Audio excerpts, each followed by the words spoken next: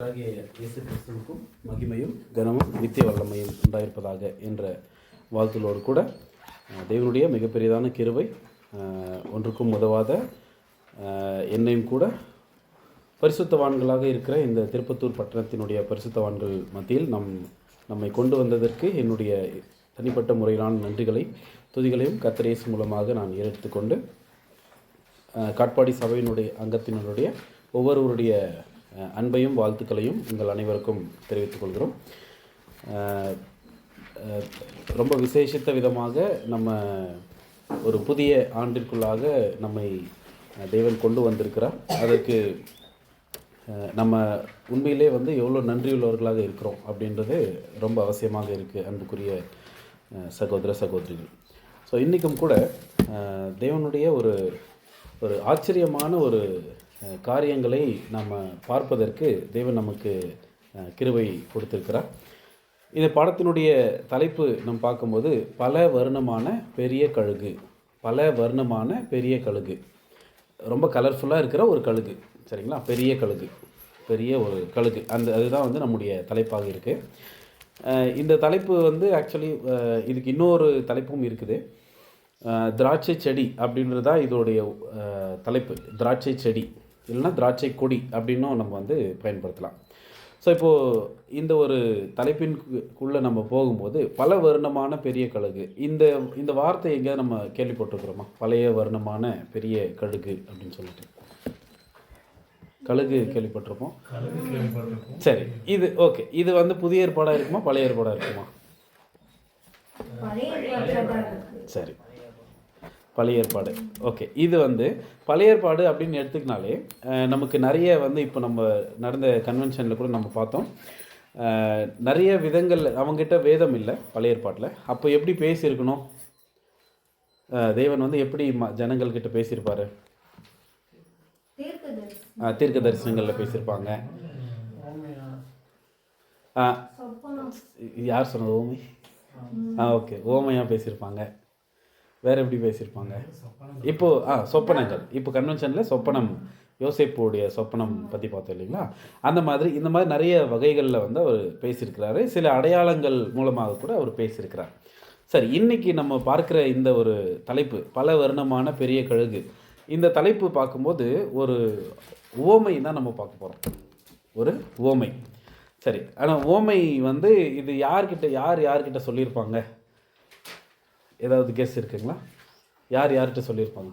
சும்மா ஒரு ஜென்ரலாக கெஸ் பண்ணுங்கள். ஏன்னா இந்த பாடத்தினுடைய ரொம்ப முக்கியமான சாராம்சம் யார் அப்படின்னா நாம தான். அதை மைண்டில் வச்சுட்டு தான் நம்ம போனோம், சரிங்களா? எல்லா கருத்துக்கள் நம்ம பார்த்தாலுமே இங்கே முக்கியமாக பார்க்கக்கூடியவங்க நாம தான்.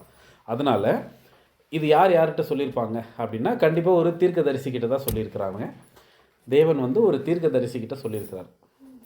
அந்த தீர்க்கதரிசி யார் அப்படின்னு பார்த்தீங்கன்னா எசேக்கியேல் தீர்க்கதரிசிக்கிட்ட இந்த ஒரு ஓமை சொல்லியிருக்கிறார். இது ஓமை அப்படின்றத விட நம்ம எப்படி இதை எடுத்துக்கலான்னு சொல்கிறாருன்னா ஒரு விடுகதை அப்படின்னு சொல்கிறார். ஓமை ப்ளஸ் விடுகதை ரெண்டுமே சேர்த்து தான் இங்கே கொடுக்குறாரு. ஸோ விடுகதை அப்படின்னோடனே நம்மளுக்கு கொஞ்சம் ரொம்ப ஜாலியாக இருக்கும். அது எப்படி கண்டுபிடிக்கிறது, அந்த பதில் எப்படி இருக்கும்னு கண்டுபிடிக்கிறதுக்கு ஒரு ஆர்வம் இருக்கும் இல்லையா? விடுகதை அப்படின்னாலே இப்போ அந்த விடுகதைக்கான பதிலை நம்ம கண்டுபிடிக்க போகிறோம். கண்டிப்பாக நீங்கள் தான் அந்த விடுகதைக்கான பதிலை நீங்கள் சொல்லணும், சரிங்களா? சரி, இந்த ஒரு காரியத்திற்குள்ளே போகிறதுக்கு முன்னாடி ஒரு சின்ன இன்ட்ரொடக்ஷன் நம்ம எசேக்கியேல் குறிச்சிட்டு நம்ம பார்த்துட்டு போயிடலாம். எசேக்கியேல் ஒரு முக்கியமான தீர்க்கதரிசிகளில் ஒருத்தர். அவர் எந்த வயசில் தீர்க்க தரிசனம் உரைக்க ஸ்டார்ட் பண்ணியிருப்பாருங்க அப்படின்னா 30வது வயதில் அவர் ஸ்டார்ட் பண்ணுறாரு. சரி, இப்போது எசேக்கியேல் எந்த கோத்திரத்தை சார்ந்தவர்? ஏதாவது ஐடியா இருக்குங்களா? எசேக்கியேல் 1ஆம் அதிகாரம் 1ஆம் வசனம். எசேக்கியேல் 1ஆம் அதிகாரம் 1ஆம் வசனம். 30ஆம் வருஷம் 4ஆம் மாசம் 5ஆம் தேதியிலே நான் கேபார் நதி அண்டையிலே சிறைப்பட்டவர்கள் நடுவில் இருக்கும்போது சம்பவித்தது என்னவென்றால் வானங்கள் திறக்கப்பட நான் தேவ தரிசனங்களை கண்டேன். சரி, இப்போ கேபார் என்ற ஒரு நதி அண்டையிலேருந்து ஸ்டார்ட் பண்ணுறாங்க. இவருடைய பயணம் துவங்குது அப்படின்னு சொல்லிட்டு நம்ம பார்க்குறோம். இப்போது 30ஆம் வயசு இது நம்ம தெரிஞ்சாச்சு. நெக்ஸ்ட் இவர் எந்த கோத்திரம் அப்படின்றது நம்ம 3ஆம் வசனத்தில் வாசிக்கலாம். எசேக்கியேல் 1ஆம் அதிகாரம் 3ஆம் வசனம். அந்த 5ஆம் தேதியிலே கல்தேயர் தேசத்தில் உள்ள கேபார் நதி அண்டையிலே பூசி என்னும் ஆசாரியனுடைய குமாரனாகிய எசேக்கியேலுக்கு கர்த்தருடைய வார்த்தை உண்டாகி அங்கே கர்த்தருடைய கரம் அவன் மேல் அமர்ந்தது. எந்த கோத்திரம் அவர்? லேவி கோத்திரம். லேவி கோத்திரத்தில் இருக்கிறவங்க நெக்ஸ்ட் ஜெனரேஷன் என்ன பண்ணணும்? அதுக்கடுத்து வரக்கூடிய பிள்ளைகள் என்ன பண்ணணும்? அவங்க ஆசாரிய ஊழியம் செய்யணும். ஆனால் இங்கே எசேக்கியேல் என்ன பண்ணுறாரு அப்படின்னா, தீர்க்க தரிசனம் உரைக்கிறதுக்காக அவரை வந்து செலக்ட் பண்ணுறாரு அப்படின்னு சொல்லிட்டு நம்ம பார்க்குறோம். சரி, இதுக்கு முக்கியமான காரணம் என்ன? எசேக்கியேல் ஏன் வந்து தீர்க்க தரிசனம் உரைக்கிறதுக்கு அவர் கூப்பிடுறாரு அப்படின்னு பார்த்தீங்கன்னா, ரொம்ப விசேஷித்த விதமாக இவருக்கு எந்த விதமான ஒரு கல்வி அறிவும் இல்லை. ரெண்டாவது விஷயம், ரொம்ப பெரிய கீழ்ப்படிதல் அவருக்குள்ளே இருந்துச்சு அப்படின்றத வந்து சகோதரர் வந்து இங்கே குறிப்பிடார் கமெண்ட்ஸில் வந்து. இவருக்கு இருந்த கீழ்ப்படிதல் தான் இதுக்கான முக்கியமான காரணம் அப்படின்னு சொல்கிறார். இந்த கீழ்ப்படிதலினுடைய உச்சநிலை எப்படி இருந்துச்சு அது ஸ்டெப்பாக சொல்கிறார். ஃபஸ்ட்டு வந்து எப்படி அவர் கீழ்ப்படுகிறாருன்னா, நீங்கள் ஒரு நாளைக்கு ஒரு வேளை தான் சாப்பிடணும். தீர்க்க தரிசனம் அது வந்து நிறைவேறதுக்காக ஒரு நாளைக்கு ஒரு வேளை தான் சாப்பிடணும். அதை அப்படியே செய்கிறார். அதே போல் இதெல்லாம் ஓகே தான், இதெல்லாம் செஞ்சிடலாம், நார்மலான விஷயம்தான். ஆனால் இதனுடைய உச்சம் என்ன சொல்கிறார் அப்படின்னா, உன்னுடைய மனைவி வந்து இறந்து போவாங்க. ஆனால் அந்த மனைவிக்கு நீங்கள் என்ன பண்ணக்கூடாது? ஒரு சிறு வருத்தம் கூட உள்ளே இருக்கக்கூடாது. இருதயம் அளவில் கூட ஒரு வருத்தம் இருக்கக்கூடாது அப்படின்னு சொல்கிறார். அதை அப்படியே வந்து அவர் கீழ்ப்படிஞ்சு செய்கிறார். ஸோ எவ்வளோ கீழ்ப்படிதல் வந்து எசேக்கியேலுக்குள்ளே இருந்திருக்கு பாருங்கள். இதுதான் ஒரு காரணம் இவர் வந்து தீர்க்க தரிசனம் உரைப்பதற்கு அழைப்பது அப்படின்னு சொல்லிட்டு நம்ம சகோதரர் குறிப்பிடுறார். சரி, சமகால தீர்க்கதரிசிகள் யார் இருக்கிறாங்க அப்படின்னு பார்த்தீங்கன்னா, தானியேல் வந்து இருக்கிறாங்க. இதற்குரிய வசனம் எழுதிக்கலாம். எசேக்கியேல் 14:20 வாசிடலாம் ஒரு முறை. எசேக்கியேல் 14ஆம் அதிகாரம் 20ஆம் வசனம். நோவாவும் தானியேலும் யோபும் அதன் நடுவில் இருந்தாலும் அவர்கள் தங்கள் நீதியினால் தங்கள் ஆத்துமாக்களை மாத்திரம் தப்புவிப்பார்களே அல்லாமல் குமாரனையாகிலும் குமாரத்தியாகிலும். இப்போ இங்கே இருந்தவங்க யாருன்னா தானியேல் இருந்திருக்கிறாங்க, இன்னும் சில தீர்க்கதரிசிகள் இருந்திருக்கிறாங்க அப்படின்னு சொல்லிட்டு பார்க்குறோம். சரி, இது வந்து ஒரு இன்ட்ரோடக்ஷன். இப்போது நம்ம இல்லை விடுகதை இல்லை வந்து இது ஒரு உவமை, இது எப்படி வேணால் சொல்லிக்கலாம். இந்த ஒரு விஷயத்துக்குள்ளே நம்ம போகலாம். ரொம்ப கொஞ்சம் கவனமாக இதை கேட்போம். ஏன்னா ஒவ்வொன்றுத்துக்கும் ஒரு பொருள் இருக்குது, சரிங்களா? அது நம்ம கவனத்தோடு நம்ம உள்ளே எடுத்துகிட்டு போகலாம். வாசிக்கலாம். எசேக்கியேல் 17ஆம் அதிகாரம் 1 முதல் நம்ம ஸ்டார்ட் பண்ணலாம். எசேக்கியேல் 17ஆம் அதிகாரம் 1ஆம் வசனம். கர்த்தருடைய வார்த்தை எனக்கு உண்டாகி, அவர் மனுபுத்திரனே, நீ இஸ்ரவேல் வம்சத்தாருக்கு ஒரு விடுகதையையும் உவமையையும் கூறி சொல்ல வேண்டியது என்னவென்றால், கர்த்தராகிய ஆண்டவர் சொல்லுகிறார், பெரிய செட்டைகளையும் நீளமான இறகுகளையும் உடையதும் பல வருணமான இறகுகளால் நிறைந்ததுமாகிய ஒரு பெரிய கழுகு லீபனோனில் வந்து ஒரு கேதுருவின் நுனி கிளையை பிடித்து அதன் இளங்கிளையில் உள்ள கொழுந்துகளை கொய்து அதை வர்த்தக தேசத்துக்கு கொண்டு போய் அதை வர்த்தகருடைய நகரத்திலே வைத்தது. தேசத்தின் விதையில் ஒன்றை எடுத்து அதை பயிர் நிலத்திலே போட்டு அதை எடுத்து மிகுந்த தண்ணீர் ஓரத்திலே பத்திரமாய் நட்டது. போதும் சார். இப்போது இன்னும் முடியல. இது ஃபஸ்ட்டு 2 பார்ட் இருக்குது. ஆக்சுவலி இந்த ஓமையில் வந்து 2 பகுதிகள் இருக்குது. முதல் பகுதி தான் நம்ம இப்போ வாசிட்ருக்கோம். முதல் பகுதியில் என்ன சொல்கிறாருன்னா, ஒரு பெரிய கழுகு இருக்குது, அதுக்கு ரொம்ப பெரிய சட்டைகள் இருக்குது, ரொம்ப கலர்ஃபுல்லாக இருக்குது. அது வந்து என்ன பண்ணுது அப்படின்னு பார்த்தீங்கன்னா, எங்கே வராங்க அப்படின்னா லீபனோன் கிட்ட வந்து வருதுங்க. இப்போ நம்ம வேதாகமத்தில் வந்து நம்ம கடைசியாக இருக்கிற அந்த பிக்சர்ஸ் நம்ம எடுக்கும்போது அதில் பாருங்கள், லீபனோன் எங்கே இருக்குது பாருங்கள். இப்போது பாலஸ்தீன தேசம் புதிய ஏற்பாட்டின் காலத்தில், அதாவது லாஸ்ட்டுக்கு முன்னாடி பேஜில் இருக்குது பாருங்கள். லாஸ்ட்டுக்கு முன்னாடி பேஜில் வந்து லீபனோன் எங்கே இருக்குது பாருங்கள், வடக்கு பக்கம் இருக்குது பாருங்கள். மத்திய தரைக்கடலுக்கு மேலே அந்த பெனிக்கியா அது கீழே லீபனோன் இருக்குது இல்லைங்களா? ஸோ இங்கே தான் வந்து அந்த கழுகு என்ன பண்ணுது அப்படின்னு பார்த்தீங்கன்னா வருது அப்படின்னு சொல்லிட்டு நான் பார்க்குறோம். இது ஒரு ஓரமாக மைண்டில் வச்சுக்கோங்க இந்த மேப்பை. இப்போது இந்த லீபனோனுக்கு வந்து யார் வராங்க அப்படின்னா, அந்த கழுகு வந்து வருது. கழுகு வந்த பிறகு கேதுருவின் நுனி கிளையை பிடித்து, ஒரு மரத்தில் ஒரு கிளையை வந்து என்ன பண்ணுறாங்கன்னா, அதை பிடிச்சு ஃபுல்லாக இல்லை, ஒரு மரத்தில் ஒரு கிளையை மட்டும் பிடிக்குது. அந்த கிளையில் அதன் இளங்கிளையிலுள்ள கொழுந்தை கொய்து, ஒரு கிளையை பிடிச்சி அதுக்குள்ளே இருக்கிற ஒரு கிளை, சின்னதாக ஒரு கிளை இருக்கும், அந்த கிளையை பிடிச்சி அதில் இருக்கிற ஒரு நுனி கிளையை தான் என்ன பண்ணுதுன்னா இது வந்து எடுக்குது. அங்கே இருக்கிற ரொம்ப நுனி, அப்போ தான் புதுசாக வந்திருக்கிற ஒரு கொழுந்து, அந்த கொழுந்தை வந்து எடுக்குது அப்படின்னு பார்க்குறோம். அதை வர்த்தக தேசத்துக்கு கொண்டு போய் அது அங்கேருந்து எடுத்துகிட்டு போயிட்டு அதை வர்த்தகருடைய நகரத்திலே வைத்தது.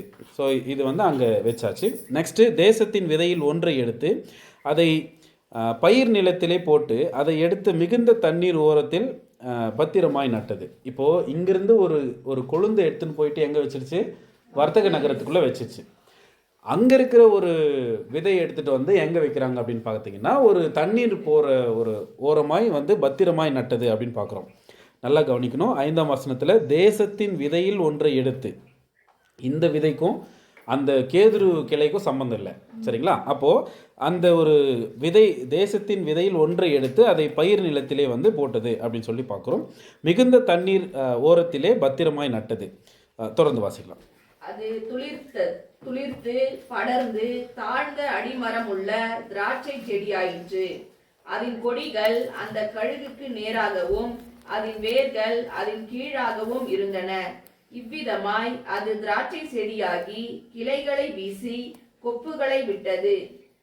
போதும். இப்போ இது வரைக்கும் ஒரு பார்ட். இப்போ இது வரைக்கும் என்னென்னா, இன்னொரு விதை வந்து எடுத்துகிட்டு வந்து போடுறாரு, அதுவும் வளருது, வேர்கள் வந்து ரொம்ப ஆழமாக பதியுது, அதோட கிளைகளும் வருது. கிளைகள் வந்தது இல்லாமல் திராட்சை செடி பார்த்துருக்கீங்களா, அதோடைய குலைகள் இருக்கும் இல்லையா, அந்த கொப்புகளை வந்து அது விட்டது அப்படின்னு சொல்லிட்டு நான் பார்க்குறோம். இது வந்து முதல் பகுதி. இப்போ இரண்டாம் பகுதி வந்து ஒன்று இருக்குது. இது அப்படியே நம்ம தொடர்ந்து வாசிக்கலாம். அன்றியும் பெரிய செட்டைகளையும் திரளான இறகுகளையும் உடைய வேறொரு பெரிய கழுகு இருந்தது. இப்போ நம்ம இந்த கழுகு அந்த கழுகு நம்ம கன்ஃபியூஸ் பண்ணக்கூடாது. அது வந்து பெரிய கழுகு, பல வர்ணமான பெரிய சட்டை இருக்கக்கூடிய கழுகு. ஆனால் இந்த கழுகுக்கு வந்து வர்ணம் கிடையாது, சரிங்களா? அப்போது அன்றியும் பெரிய சட்டைகளையும் திரளான இறகுகளையும் உடைய வேறொரு பெரிய கழுகு, ரெண்டாவது ஒரு கழுகு கிட்ட நம்ம வரோம். இப்போ வாசிக்கலாம். இதோ அது தன் நடவாகிய பாத்திகளில் இருந்து அதற்கு தண்ணீர் பாய்ச்சும்படி இந்த திராட்சை செடி அதற்கு நேராக தன் வேர்களை விட்டு அதற்கு நேராக தன் கொடிகளை வீசினது. கொப்புகளை விடுகிறதற்கும் கனியை தருகிறதற்கும் மகிமையான திராட்சை செடி ஆகிறதற்கும் இது மிகுந்த தண்ணீர்களின் ஓரமாகிய நல்ல நிலத்தில் நடப்பட்டிருந்தது. இப்போ இது வரைக்கும் என்ன புரிஞ்சது நம்மளுக்கு? இப்போ ஃபஸ்ட்டு வந்து என்ன பண்ணுதுன்னா, ஒரு கிளையை ஒரு கழுகு எடுக்குது, அதை எடுத்துகிட்டு போய் ஒரு வர்த்தக தேசத்தில் வைக்குது. அங்கே இருக்கிற ஒரு விதையை எடுத்துகிட்டு வந்து ஒரு நல்ல நீர்நிலை இருக்கக்கூடிய ஒரு இடத்துல வந்து போடுறது. இது வந்து முதல் பகுதி. இரண்டாம் பகுதிக்குள்ளே வரும்போது ஒரு கழுகு இருக்குது. அந்த கழுகு கிட்ட வந்து அந்த விதை என்ன பண்ணுது அப்படின்னா, அவங்க கூட வந்து ஜாயின் ஆகுது. இதுதான் வந்து அந்த இடத்துல நம்மளுக்கு குறிக்குது. இப்போ என்னென்னா, அதற்கு நேராக தன் கொடிகளை விட்டது அப்படின்னு சொல்கிறார். அப்போது நேராக அப்படின்னா என்ன அர்த்தங்க? இதுதான் நம்மளுக்கு இந்த ஓமையோடைய டேர்னிங் பாயிண்டே தான். நேராக விட்டது அப்படின்னா என்ன? அதற்கு நேராக விட்டது. இப்போது ஒரு கழுகு எடுத்துன்னு வந்து வைக்குது, அந்த திராட்சை செடினாகுது, மேலே வந்து அது வளர்ந்துட்டே போகுது, கீழே வேர்கள் வளர்ந்துட்டே போகுது. இப்போ ரெண்டாவது கழுகு வந்த உடனே அந்த திராட்சை செடி என்ன பண்ணுதுன்னா, ஒரு கழுகு இருக்குது இல்லைங்களா, முதல் கழுகு, அந்த கழுகுக்கு நேராக அந்த திராட்சையுடைய கொப்புகளை விட்டது அப்படின்னு சொல்கிறார். இது என்ன அடையாளமாக இருக்கும்? என்ன பொருள் இது? ஒரு கழுகுக்கு நேராக அதனுடைய கொப்புகளை விட்டது அப்படின்னா என்ன அர்த்தம்? சரி, இப்போ நான் வந்து நிற்கிறேன், எனக்கு முன்னாடி வந்து ஒருத்தர் இருக்கிறாங்க. நான் எப்படி இருக்கிறோம்? நானும் இன்னொருத்தரும் நேராக இருக்கிறோம். எனக்கு நேராக வந்து இருக்கிறாங்க அப்படின்னு அர்த்தம். இதுலேருந்து எதை புரிஞ்சுக்க முடியுதா? சரி, எதிரில் நிற்கிறாங்க அப்படின்னா என்ன? எதிரில் பார்க்குறோம். சரி, எதிராக ஏன் நிற்போம்? இப்போ பேசும்போது நிற்போம். வேற எப்போ நிற்போம்? விசாரிக்கிறதுக்கு.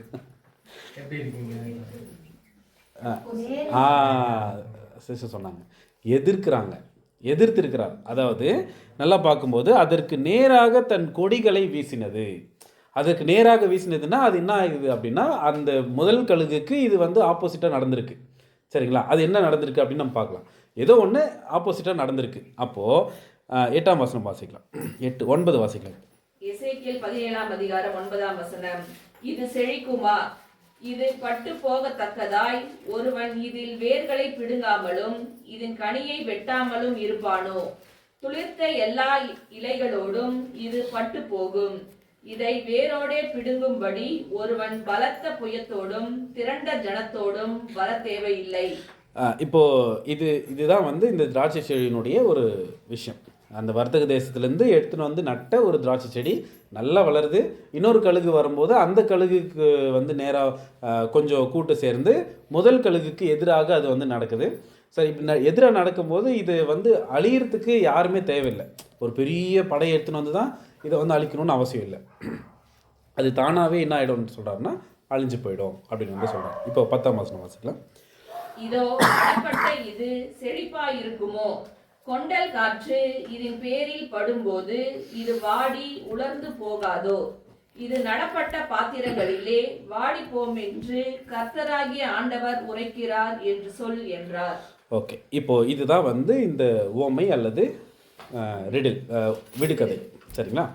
இப்போ இந்த விடுகதையில் வந்து நமக்கு என்ன சொல்கிறாருன்னா, இதுதான் ஒரு கழுகு இருக்குது. அந்த கழுகு வருது லீபனோனுக்கு வந்து ஒரு கிளையை பிடிச்சி அதில் இருக்கிற ஒரு சிறு கிளையில் ஒரு கொழுந்தை மட்டும் எடுத்துன்னு போயிட்டு வர்த்தக தேசத்தில் வச்சிருது. திரும்பி அங்கேருந்து ஒரு விதையை எடுத்துகிட்டு வந்து ஒரு நீர் பாய்ச்சின ஒரு இடத்துல வந்து வச்சிடுறாங்க. அதுவும் நல்லா வளருது. சரிங்களா? இப்போ ரெண்டாவது ஒரு கழுகு வருது. அந்த கழுகு இருக்கும்போது இந்த விதை என்ன ஆகுது அப்படின்னா, முதல் கழுகுக்கு நேராக போயிட்டு அது என்ன பண்ணுதுன்னா எதிரெதிராக நிற்கிறாங்க. சரிங்களா?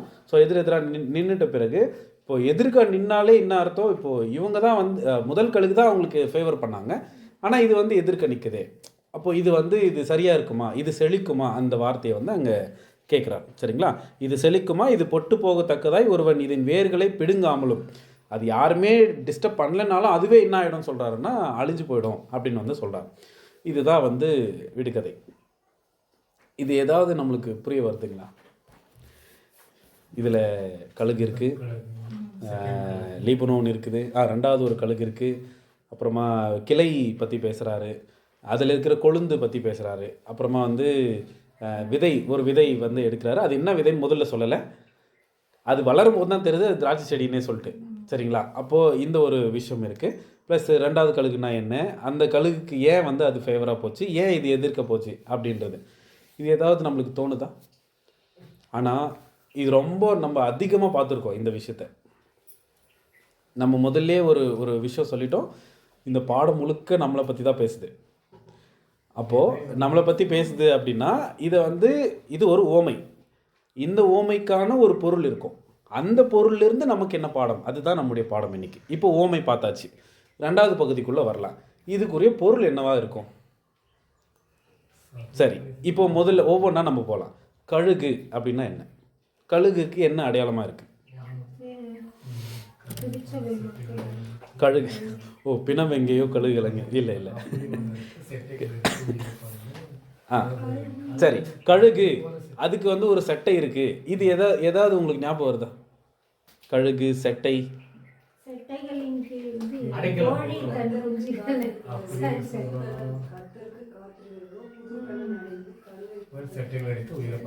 சரி, முதல்ல கழுகு வந்து எதுக்கு அடையாளப்படுத்துறார்? ஃபர்ஸ்ட் ரொம்ப இனிஷியலாக கழுகு வந்து எதுக்கு அடையாளப்படுத்துறார் வாசிக்கலாம். ஓசையா 8ஆம் அதிகாரம் 1ஆம் வசனம். ஓசியா 8ஆம் அதிகாரம் 1ஆம் வசனம். ஓசியா 8ஆம் அதிகாரம் 1ஆம் வசனம். உன் வாயிலே எக்காலத்தை வை, அவர்கள் என் உடன்படிக்கையை மீறி என் நியாய பிரமாணத்துக்கு விரோதமாக துரோகம் பண்ணினபடியால் கர்த்தருடைய வீட்டின் மேல் சத்துரு கழுகுகள் போல பறந்து வருகிறான். இப்போ யாருங்க கழுகு? யாரு கழுகு? சத்துரு. சரிங்களா? இப்போ வந்து ஒரு சத்துருவை குறித்து தான் வந்து இந்த இடத்துல பேசுகிறார்.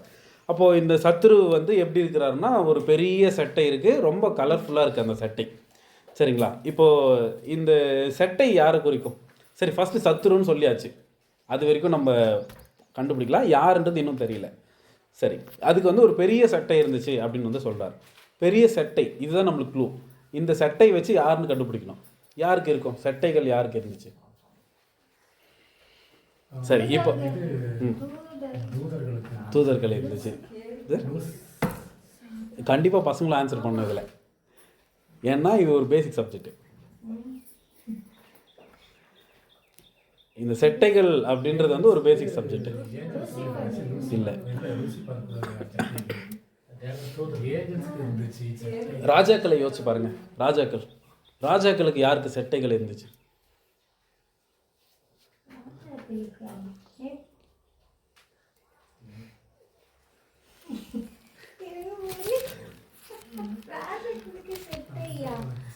சரி, ராஜாக்களுக்கு செட்டைன்னா லிட்டரலாக யாருக்கும் இருக்காது. பட் அதை வந்து ஒரு தீர்க்க தரிசனமாக சொல்லியிருப்பார். ஆக்சுவலி ஆன்சர் சொல்லிட்டீங்க நீங்கள். வாசிக்கலாம். தானியேல் 7ஆம் அதிகாரம் 4ஆம் வசனம்.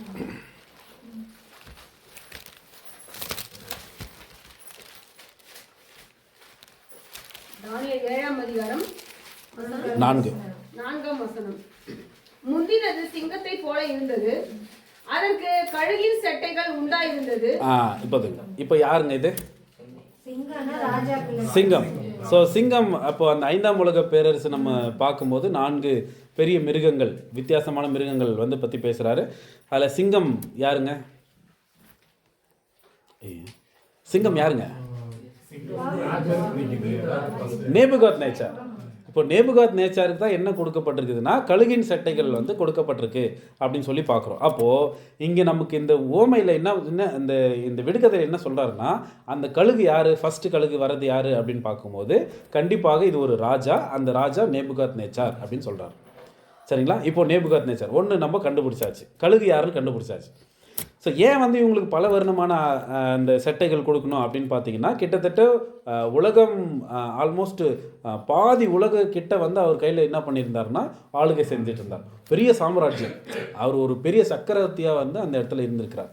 சரிங்களா? இப்போது நெக்ஸ்ட் வந்து 2வது விஷயத்துக்குள்ளே வருவோம். இது எங்கே வருது அப்படின்னு பார்த்தீங்கன்னா லீபனோன் கிட்ட வந்து வருது அப்படின்னு சொல்லி பார்க்குறோம். 17ஆம் அதிகாரத்தில் நமக்கு வந்து 3ஆம் வசனத்திலே வந்து நமக்கு சொல்கிறாரு, கழுகு லீபனோனில் வந்து. லீபனோன் எதை குறிக்குதுங்க? லீபனோன்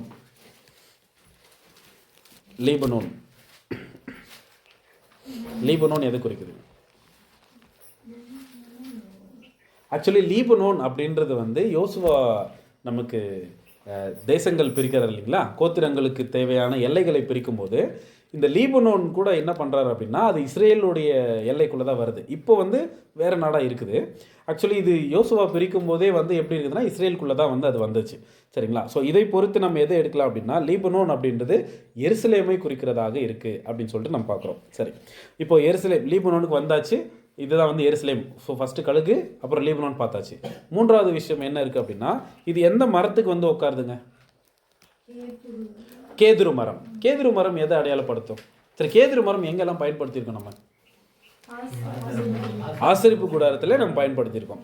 ஏன் இதை வந்து நம்ம யூஸ் பண்ணுறோம் அப்படின்னு பார்த்தீங்கன்னா ரொம்ப லைட் வெயிட்டே வந்து அது கிடையாது.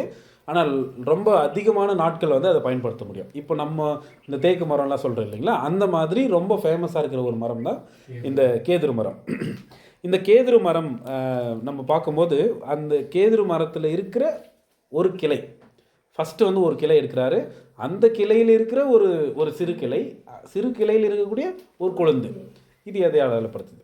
சரி, இப்போது லீபனோன் எருசலேம்னு கண்டுபிடிச்சாச்சு. அதில் இருக்கிற ஒரு மரம் அப்படின்னா அது எதை அடையாளப்படுத்தும்? அதில் இருக்கிற ஒரு மரம் இஸ்ரேல் ஜனங்கள். இது யாரை அடையாளப்படுத்துனா கேதுரு மரம் வந்து இஸ்ரேல் ஜனங்களை அடையாளப்படுத்துது. சரி, இப்போ இஸ்ரேல் ஜனங்களை அடையாளப்படுத்துதுன்னா கொழுந்து யாராக இருக்கும்? இப்போ மறுபடியும் விடுகதை ஒரு முறை கிளான்ஸ் பார்த்துட்டு வந்துடலாம். ஒரு கழுகு வருது, அந்த கழுகு வந்து கேதுரு மரத்து மேலே உட்காருது. அந்த மரத்தில் இருக்கிற ஒரு கிளையில், ஒரு சின்ன கிளையில் ஒரு கொழுந்தை எடுத்துன்னு போய் வர்த்தக தேசத்தில் வைக்குது. இப்போ இங்கே அதோடைய பொருள் வரும்போது நேபுகாத் நேச்சார் இருக்கிறாரு. எங்கே வர்றாருன்னா எருசலேமுக்குள்ளே வராரு. இப்போ இதுக்கப்புறம் நீங்கள் ஃபீல் பண்ணணும். ஜனங்கள் எல்லாம் என்ன பண்ணுறாங்க? சரி பிடிச்சிட்டு போகிறாங்க.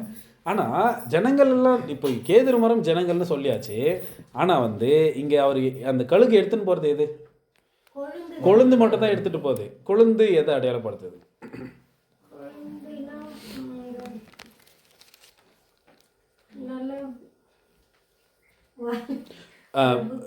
நேபுகாத் நேச்சார் வந்து சிறை பிடிச்சிட்டு போகும்போது அவர் என்னென்னலாம் பண்ணார் அது யோசிச்சிங்கன்னா கொழுந்து யாருன்னு கண்டுபிடிச்சிடலாம்.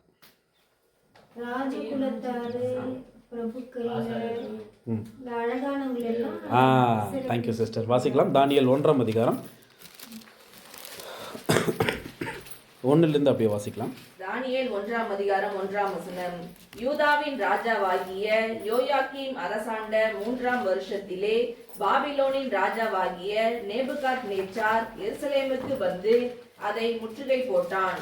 அப்பொழுது ஆண்டவர் யூதாவின் ராஜாவாகிய யோயாக்கீமையும் தேவனுடைய ஆலயத்தின் பாத்திரங்களில் சிலவற்றையும் அவன் கையில் ஒப்பு கொடுத்தார். அவன் அந்த பாத்திரங்களை ஸ்னேயா தேசத்திலுள்ள தன் தேவனுடைய கோவிலுக்கு கொண்டு போய் அவைகளை தன் தேவனுடைய பண்டசாலைக்குள் வைத்தான். இப்போ இது வரைக்கும் நம்ம பார்க்குறோம், சிறைப்பிடிச்சிட்டு போகிறார். ஆனால் யாரை சிறைப்பிடிச்சிட்டு போனார்? ரொம்ப முக்கியமாக ஒரு குறிப்பிட்ட வகுப்பாரை வந்து சிறைப்பிடிச்சிட்டு போயிருக்கிறார். யார் அப்படின்னு பார்க்கும்போது அது 3ஆம் வசனத்தில் நம்ம வாசிக்கலாம். அப்பொழுது இஸ்ரவேல் புத்திரருக்குள்ளே ராஜகுலத்தார்களிலும் துறைமக்களிலும் யாதொரு மாசும் இல்லாதவர்களும் அழகானவர்களும் சகல ஞானத்திலும் தேறினவர்களும் அறிவில் சிறந்தவர்களும் கல்வியில் நிபுணரும் ராஜாவின் அரமனையிலே சேவிக்க திறமையுள்ளவர்களுமாகிய சில வாலிபரை கொண்டு வரவும். போதும்.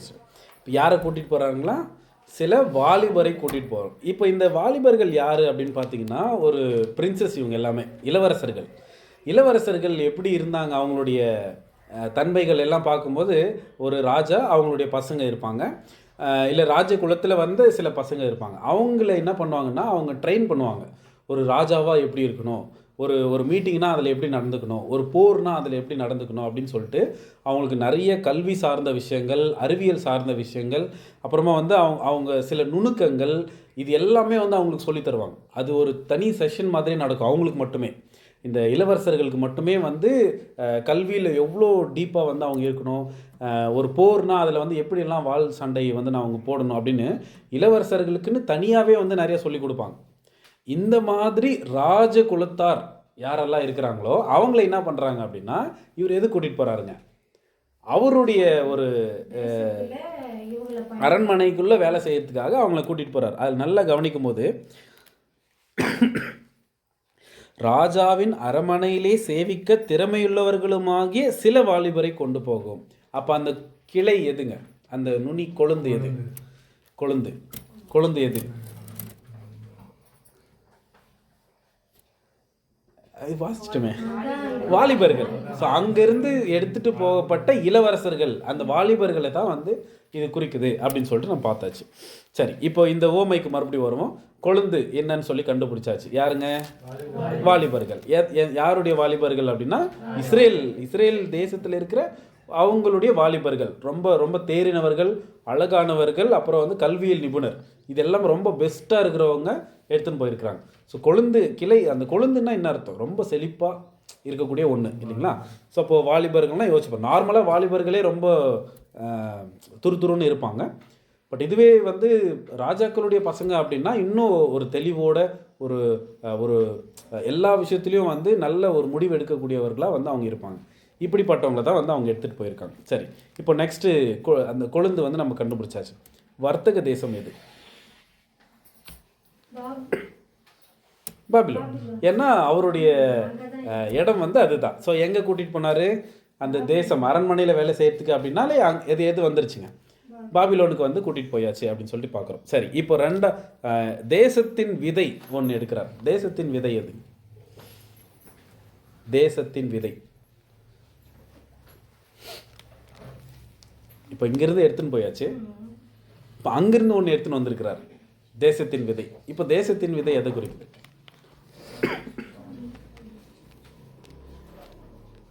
நான் சொல்லிட்டேன், நீங்கள் தான் கண்டுபிடிக்கும். தேசத்தின் விதை. இப்போ என்னன்னா, அவர் நேபுகாத்நேச்சர் வந்தார், எல்லாரும் சிறைப்பிடிச்சாரு, அங்கேருந்து வாலிபர்களை கூட்டிகிட்டு போய் அவருடைய அரண்மனையில் வச்சுக்கினாரு. இப்போ அந்த தேசத்தினுடைய விதையிலேருந்து ஒன்று எடுத்துகிட்டு வந்து இங்கே வச்சிருக்கிறேன்னு சொல்லி சொல்கிறார். இப்போ அங்கேருந்து யாரை கொண்டு வந்து இங்கே வச்சார்? தானியல் எல்லாமே போயிட்டாங்க அவங்க. சரி, நேபுகாத்நேச்சர் சிறைப்பிடிக்கும் போது இஸ்ரேல் ஜனத்துக்குள்ள ஒரு ராஜா இருந்திருப்பார் இல்லைங்களா? அந்த ராஜா யாரு?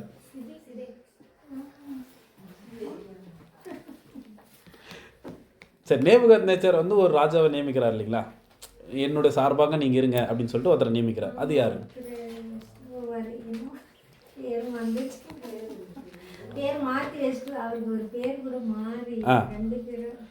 சரி, உங்களுக்கு க்ளூ வந்து மத்தனியா. கண்டிப்பாக பசங்க மத்தனியா. சரி, அந்த ராஜா யாரை வைக்கிறாருன்னா, ஒரு ராஜா வந்து வைக்கிறாரு. தன்னுடைய ஸ்மால் ஃபாதர் சித்தப்பாவை வந்து அங்கே எடுத்துன்னு போய் வைக்கிறார். சித்தப்பாவை தான் அவர் ராஜாவை வைக்கிறார் இஸ்ரேலுக்குள்ளே. யார் அவர்?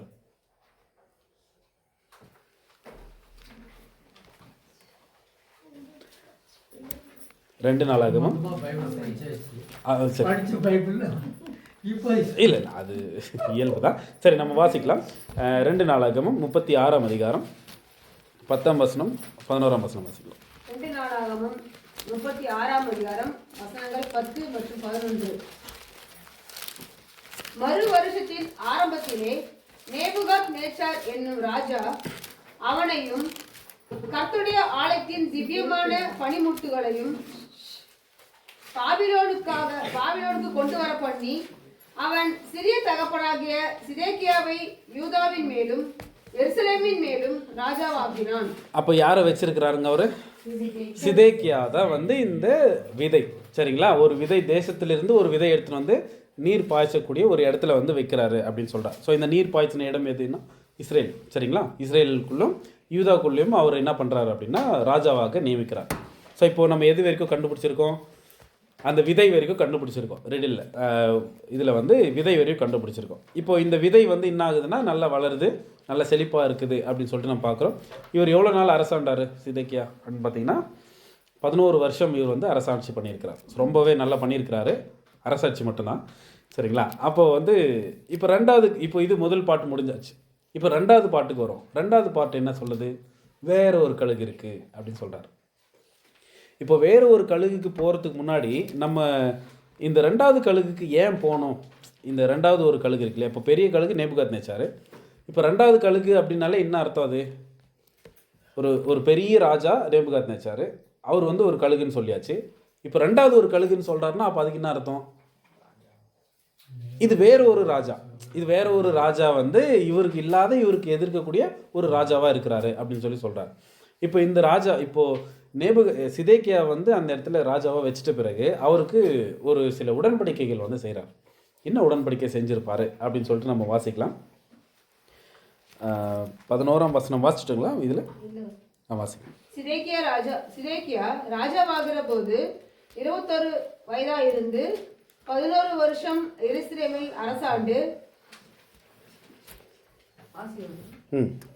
தன் தேவனாகிய கர்த்தரின் பார்வைக்கு பொல்லாப்பானதை செய்தான்.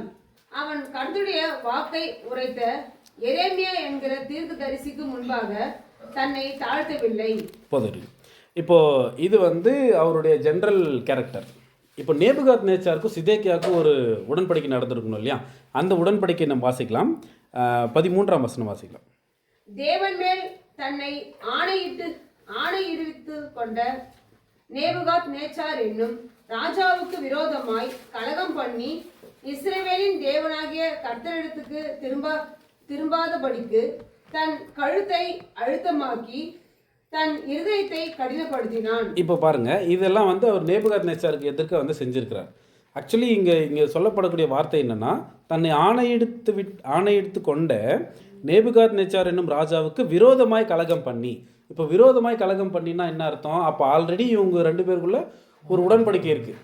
அந்த உடன்படிக்கை என்ன பண்ணியிருக்கிறார்? இவர் சிதேக்கியா பிரேக் பண்ணியிருக்கிறார். சரி, இவங்க நேபுகாத் நேச்சாருக்கோ சிதேக்கியாவுக்கோ நடந்த உடன்படிக்கை என்ன? அந்த உடன்படிக்கை தெரிஞ்சாதான் அவர் என்ன பண்ணியிருக்காரு, மீறி இருக்கிறாருன்னு நம்ம சொல்ல முடியும் இல்லைங்களா. அப்போ என்ன உடன்படிக்கை செஞ்சாங்க இவங்க 2 பேரும்? அந்த உடன்படிக்கை தான் வந்து நமக்கு ரொம்ப முக்கியமான விஷயம், 2வது கழுகுக்கு அவர் போகிறதுக்கு, சரிங்களா. இப்போ இவர் செய்திட்டதான உடன்படிக்கை என்ன அப்படின்னு சொல்லி நம்ம பார்க்கும்போது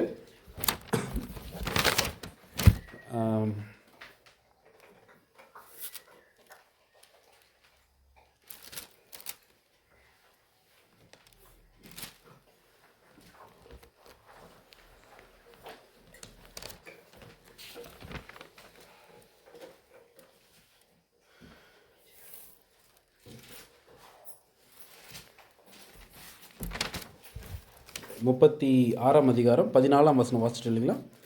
ஆசிரியர்கள் பிரியமானவர்கள் யாவரும் ஜனங்களை கூடி புறஜாதிகளுடைய சகல அருவறுப்புகளின்படியும் மிகவும் துரோகம் பண்ணி கர்த்தர் எருசலேமிலே பரிசுத்தம் பண்ணின அவருடைய ஆலயத்தை தீட்டுப்படுத்தினார்கள். ஆக்சுவலி நேபுகாத் நேச்சாருமே வந்து என்ன பண்ணியிருக்கிறாருன்னா எல்லாத்தையுமே எடுத்துகிட்டு போயிட்டார்.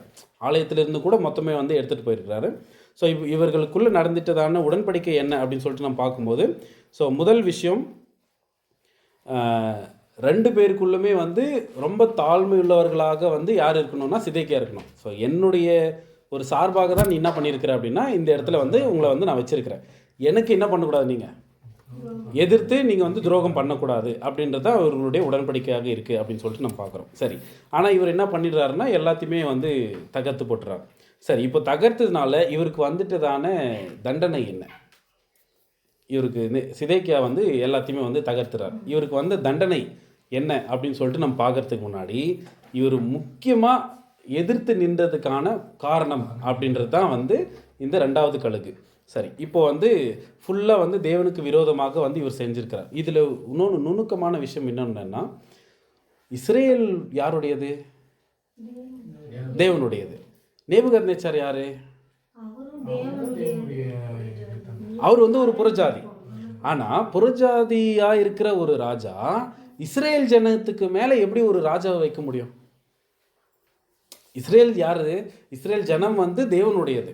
சரிங்களா? அப்போ தேவனுடைய ஒரு ஜனத்துக்கு புறஜாதி ராஜாவாக இருக்கிற ஒருத்தர் எப்படி ராஜாவை நியமிக்க முடியும்? கொஞ்சம் புரியுதுங்களா? இது ஒரு இஸ்ரேல் மேலே ராஜாவாக இருக்கணும்னா அது ரொம்ப பெரிய விஷயம். அவருக்கு வந்து அபிஷேகம் பண்ணி அவரை வந்து அங்கே வச்சுருக்கணும். அதே மாதிரி வந்து தாவீது, சவுல் இந்த சமயத்தில் நம்ம பார்க்கும்போது 2 பேருமே சொல்கிறாங்க, ஒருத்தர் அபிஷேகம் பண்ணப்பட்டவரை வந்து கொலை செய்கிறது அவ்வளோ பெரிய ஒரு தவறான செயல் அப்படின்னு வந்து அடிக்கடி வந்து அவர் மென்ஷன் பண்ணுவார். அப்படி இருக்கும்போது இஸ்ரேல் ஜனத்துக்கு ஏன் ஒரு புறஜாதியாக இருக்கிற ஒரு ராஜா வந்து ராஜாவை நியமிக்கிறாரு அப்படின்னு சொல்லிட்டு பார்க்கும்போது, ஸோ அதில் 13ஆம் வசனம் 2 நாளாகமோ 36:13 தேவன் மேல் தன்னை ஆணையிடுவித்து கொண்ட நேபுகாத்நேச்சார், அந்த இஸ்ரேல் ஜனங்கள் மேலே ஒரு ராஜாவை நியமிக்கணும்னு சொல்லிட்டு யார் தான் பர்மிஷன் கொடுத்துருக்கிறாரு அப்படின்னா தேவன் தான் பர்மிஷன் கொடுத்துருக்காரு. சரிங்களா? இப்போது பர்மிஷனோடு தான் வந்து சிதேக்கியா என்ன பண்ணியிருக்காருன்னா இருக்கிறாரு. ஆனால் ஃபுல்லாக என்ன பண்ணல, அவர் எந்த ஒரு வார்த்தையுமே அவர் என்ன பண்ணலைன்னா கேட்கல. ஸோ இப்போ எங்கே போகிறாருன்னா, இப்போ மறுபடியும் நேபுகாத்நேச்சார் என்ன பண்ணுறாருன்னா சிறைப்பிடிக்கிறதுக்காக வரார். யார் அப்படின்னா சிதேக்கியா. ஏன்னா இவருக்கு சொன்ன போல் கேட்கல. இப்போ சிறைப்பிடிக்கிறதுக்கு வரும்போது இவர் என்ன செஞ்சிடறாரு அப்படின்னு பார்க்கும்போது, ஒரு ராஜா கிட்ட போய் அவர் என்ன பண்ணுறாருன்னா உதவி கேட்குறார். எந்த ராஜா கிட்ட உதவி கேட்குறார் அப்படின்னு சொல்லி பார்க்கும்போது,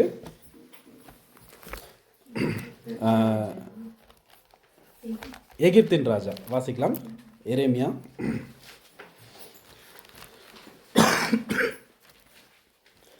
52ஆம் அதிகாரம்.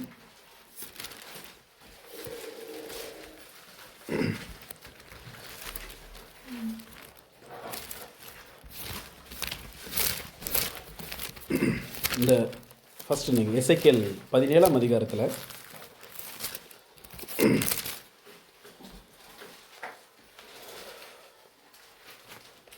அவர் செய்திட்டதான உடன்படிக்கை பாருங்கள். இது 17ஆம் அதிகாரம் 14ஆம் வசனம் பாருங்கள். எசேக்கியேல் 17:14. எசேக்கியேல் 17ஆம் அதிகாரம் 14ஆம் வசனம்.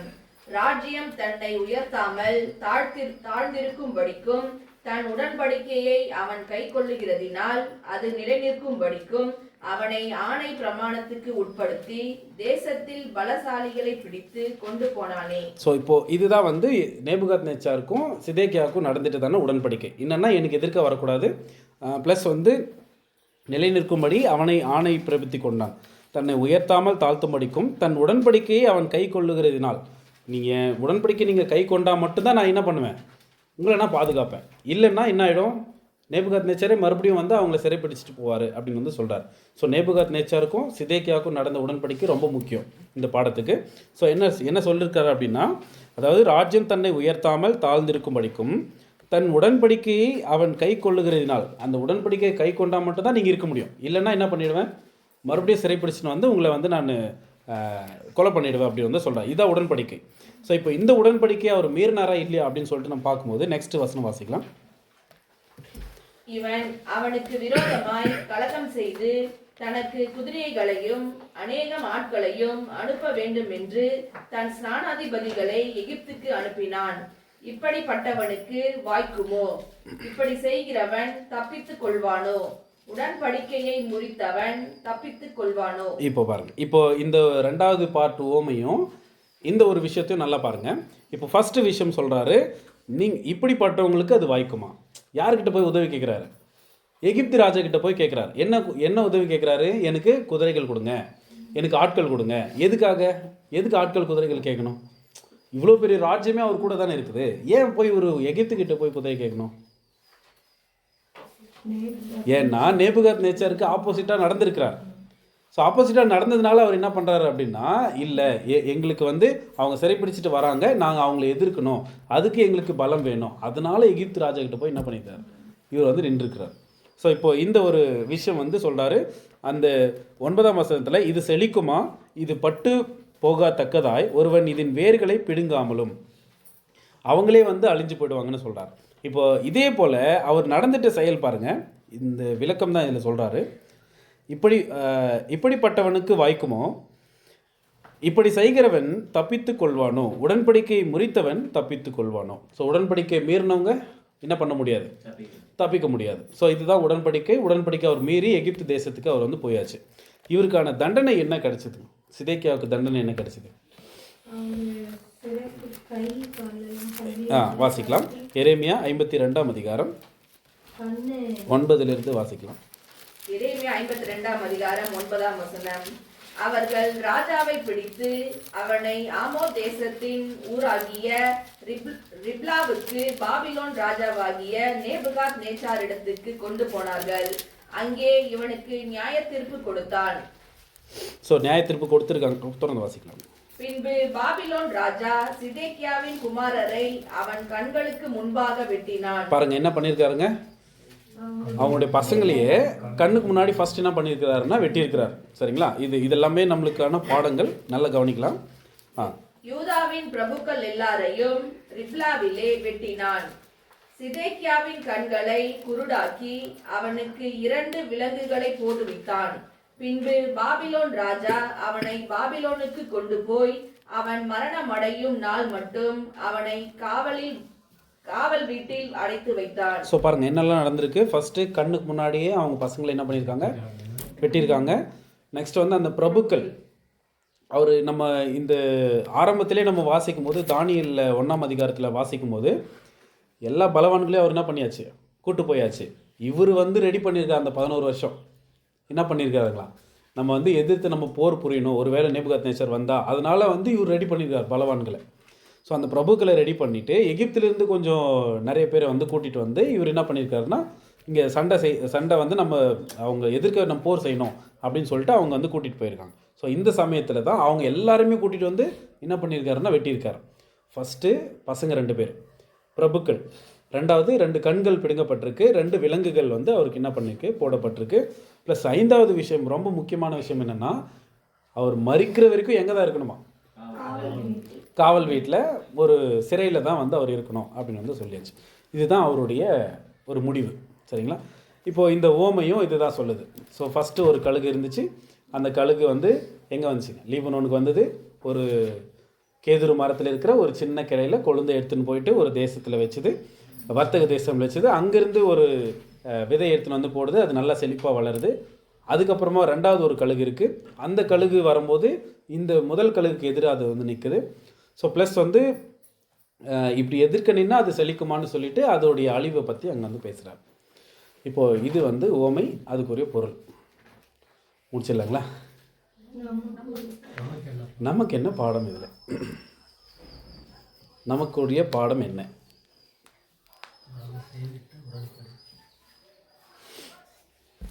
சரி, ஃபஸ்ட்டு இந்த பாடத்தினுடைய தலைப்பே நம்ம என்ன வச்சோம் அப்படின்னா, திராட்சை செடி அப்படின்னு வச்சோம். இங்கே திராட்சை செடி யார், திராட்சை விதை யார்? இங்கே இங்கே இங்கே திராட்சை செடி யார்? இல்லை இங்கே இந்த ஓமைக்குள்ள ஒரு விதை, தேசத்தின் விதை எடுத்து வைக்கிறார் இல்லைங்களா, அது யாரு? இல்லை, கொழுந்து தான் சிதேக்கியா தான் யாருங்க, விதை. சரிங்களா? இப்போ சிதேக்கியா தான் நாம. சரிங்களா? அந்த மைண்டில் தான் நீங்கள் இதை பார்க்கணும். சரிங்களா? இப்போது சிதேக்கியா என்ன பண்ணுறாருன்னா, சிதேக்கியா யாரை குறிக்குது, நாம குறிக்குது. இப்போது அவர் சிதேக்கியாவை ஒருத்தர் என்ன பண்ணுறாருன்னா ராஜாவாக நியமிக்கிறார். யார்? நேபுகாத் நேச்சார். இப்போ இந்த இடத்துல மட்டும் நேபுகாத் நேச்சார் யார் அடையாளப்படுத்துதுன்னா, பிதாவாகிய தேவன். சரிங்களா? இப்போ பிதாவாகிய தேவன் நம்மளை என்னவா வைக்கிறாருங்களா, இப்போ நம்மளை எப்படி அழைச்சிருக்கிறாரு அப்படின்னு சொல்லிட்டு பார்க்கும்போது வெளிப்படுத்தல் 1:6 ராஜாக்களாகவும் ஆசாரியர்களாகவும் நம்ம என்ன பண்ணியிருக்கிறாருங்களா நியமிச்சிருக்கிறார். வாசிக்கலாம். வெளிப்படுத்தல் 1:6 நம்மிடத்தில் அன்பு கூர்ந்து தமது இரத்தத்தினாலே நம்முடைய பாவங்கள் அற நம்மை கழுவி தம்முடைய பிதாவாகிய தேவனுக்கு முன்பாக நம்மை ராஜாக்களும் ஆசாரியர்களும் ஆக்கின அவருக்கு மகிமையும் வல்லமையும் என்றென்றைக்கும் உண்டாயிருப்பதாக. ஆமென். பாருங்க, இப்போ நம்மளை எப்படி செலக்ட் பண்ணியிருக்கிறாருங்க? ராஜாக்களாகவும் ஆசாரியர்களாகவும் நியமிச்சாச்சு. நியமித்த பிறகு அவர் என்ன செய்திருக்கிறாருன்னா நம்ம கூட ஒரு உடன்படிக்கை பண்ணியிருக்கிறாரு. இப்போ நேபுகாத்நேச்சாரும் சிதேக்கியாவுக்கும் ஒரு உடன்படிக்கை நடந்துச்சு. என்ன உடன்படிக்கை? எசேக்கியேல் 17:14. எசேக்கியேல் 17:14. ராஜ்யம் தன்னை உயர்த்தாமல் தாழ்ந்திருக்கும்படிக்கும் தன் உடன்படிக்கையை அவன் கை கொள்ளுகிறதினால் அது நிலை நிற்கும்படிக்கும் அவனை ஆணை பிரமாணத்துக்கு உட்படுத்தி தேசத்தில் பலசாலிகளை பிடித்து கொண்டு போனானே. இப்போ நல்லா பாருங்க, இப்போ நம்ம கூட என்ன பண்ணியிருக்கிறாருங்க? உடன்படிக்கை பண்ணியிருக்கிறாருங்க. ஒருவேளை நீங்கள் வந்து ராஜாவாகவே இருக்கணும் அப்படின்னா நீங்கள் என்ன பண்ணணும்? ஃபஸ்ட்டு நம்மை தாழ்த்தி வச்சிருக்கணும்னு சொல்கிறார். தாழ்த்தி நம்மளை வந்து ஃபஸ்ட்டு வச்சுருக்கணும். ரெண்டாவது, ஒருவேளை நீங்கள் உடன்படிக்கையை கை கொண்டீங்க அப்படின்னா நீங்கள் என்னவா இருப்பீங்க? உங்களுடைய ராஜ்யம் நிற்கும். உடன்படிக்கை கை கொள்ளனா அவருடைய ராஜ்யம் இருக்காது. இப்போ அப்படியே நம்மக்கிட்ட வரும்போது நாம் உடன்படிக்கையை கை கொள்ளும் போது நாம் என்னவா இருக்கோம்? இதே ராஜாவாக அழைக்கப்பட்ட நிலைமையிலே தான் இருப்போம். ஒருவேளை உடன்படிக்கை மீறும் போது இப்போ ஓமையோடைய பாயிண்ட் யோசிச்சு பாருங்க. ஒருவேளை உடன்படிக்கையை நம்ம மீறணும்னா இது யாராவது வந்து அவங்கள வந்து சொல்லி இல்லை இந்த சத்தியத்திலேருந்து வெளியே கொண்டு போக முடியுமா அப்படின்னு கேட்டால் கிடையாது. அது யாருமே வந்து டச் பண்ணவே வேணாம், அதுவாகவே என்ன ஆகிடும் சொல்கிறாருன்னா அழிஞ்சு போய்டும் சொல்கிறார். ஸோ அந்த வசனம் நம்ம பார்க்கும்போது 9 இது செழிக்குமா, இது பட்டு போகத்தக்கதாய் ஒருவன் இதன் வேர்களை பிடுங்காமலும் இதன் கனியை வெட்டாமலும் இருப்பானோ, துளிர்த்த எல்லா இலைகளோடும் இது பட்டு போகும். யோசிச்சு பாருங்க, துளிர்த்த எல்லா இலைகளோடும் இது பட்டு போகும். எவ்வளோ கேரக்டர் நம்ம வளர்த்துருந்தாலும் சரி, உடன்படிக்கையை நாம் மீறும்போது எவ்வளோ கேரக்டர், எவ்வளோ நம்ம சப்ஜெக்ட் பேசியிருந்தாலும் சரி, எவ்வளோ நம்ம மீட்டிங்ஸ் அட்டன் பண்ணியிருந்தாலும் சரி, எவ்வளோ தெளிவாக இந்த வேதத்தில் இருந்தாலுமே சரி, அதுதான் துளிர்த்த எல்லா இலைகளோடும் இது பட்டு போகும். யோசிச்சு பாருங்க, நம்ம இவ்வளோ வருஷம் எவ்வளோ சத்தியங்களை வந்து கொஞ்சம் கொஞ்சமாக கொடுத்து நம்மளை வளர்த்துட்டு வராரு. உடன்படிக்கை நம்ம மீறும்போது என்ன ஆகும்னு சொல்கிறாருன்னா எல்லாமே வேஸ்ட் ஆகி நம்மளை என்ன பண்ணிடுறாரு சொல்கிறார். இது ஈஸியாகவே அழிஞ்சு போய்டுன்னு சொல்கிறார். இது அழிஞ்சு போகுது. இன்னும் அந்த பாயிண்ட் சொல்லும் போது இதை வேரோடு பிடுங்கும்படி ஒருவன் பலத்த புயத்தோடும் திரண்ட ஜனத்தோடும் வர தேவையில்லை. யாருமே தேவையில்லை நம்முடைய அழிவுக்கு. நாம் உடன்படிக்கை கை கொள்ளும் போது நாம் வந்து இந்த ராஜாக்கள் நிலைமையில் இருப்போம். இல்லை, உடன்படிக்கை மீறும்போது அது யாருக்குமே வந்து நம்மளை வந்து வெளியே எடுத்து போட மாட்டாங்க. அதுக்கு நாம் தான் காரணம். நாம் உடன்படிக்கை மீறணும்னா நம்ம தான் வந்து என்ன ஆகும்னு சொல்கிறாருன்னா இந்த ராஜாக்கள் நிலைமையிலிருந்து வெளியே போய்டும் அப்படின்னு வந்து சொல்கிறார். சரி, இப்போது ரெண்டாவது ஒரு விஷயத்துக்குள்ளே நம்ம வரும்போது இந்த ஒரு கழுகு பற்றி நம்ம பார்த்தோம் இல்லைங்களா. ஸோ ஃபஸ்ட்டு சிதேக்கியாவை பற்றி பார்த்துட்டோம், நேபுகாத்நேச்சாருக்கு ஒரு அடையாளம் பார்த்துட்டோம். இப்போ மூன்றாவது ஒரு விஷயத்துக்குள்ளே போகும்போது இவர் என்ன செய்திருக்கிறார் அப்படின்னா கர்த்தருக்கு பொல்லாப்பானதை செஞ்சுருக்கிறார். யாருங்க? சிதேக்கியா கர்த்தருக்கு பொல்லாப்பானதை வந்து செஞ்சுருக்கிறார். ஸோ அப்போது ஃபஸ்ட்டு பொல்லாப்பானதை செஞ்சுருக்கிறாரு அப்படின்னா பொல்லாப்பானதுன்னா என்ன? பொல்லாப்புன்னா என்ன? நிறைய ராஜாக்கள் வந்து பொல்லாப்பு செய்திருக்கிறாங்க. பொல்லாங்கான ராஜா அப்படின்னு சொல்கிறோம். பொல்லாப்புன்னா என்ன? தேவனுக்கு விரோதமாக வந்து செய்திருக்கக்கூடிய ஒரு காரியம். ஸோ இப்போ இந்த பொல்லாப்பான காரியம் அப்படின்னு சொல்லிட்டு சொல்லும் போது இந்த இடத்துல சொல்கிறாரு விக்கிரகங்களை நிறைய அவர் என்ன பண்ணியிருக்கிறாருன்னா வணங்கியிருக்கிறாரு அப்படின்னு வந்து சொல்கிறார். இப்போது ரொம்ப ரீசெண்டாக வந்து நம்மளுக்கு ஒரு ஆர்டிக்கல் வந்து நம்மளுக்கு கிடச்சிது. நீங்கள் இதை பார்த்துருக்க வாய்ப்பு இருக்குது. என்னென்னா இப்போ விக்கிரகத்தை அவர் வணங்கியாச்சு. சிதேக்கியா நாம தான் விக்கிரகத்தை அவர் வணங்கியிருக்கிறாரு. இப்போ நாம் ராஜாவாக இருக்கும்போது நாம் என்ன விக்கிரகத்தை வணங்குறோம்? சரி, நாம் உண்மையாகவே நல்ல ராஜாவா பொல்லாப்பான ராஜாவா?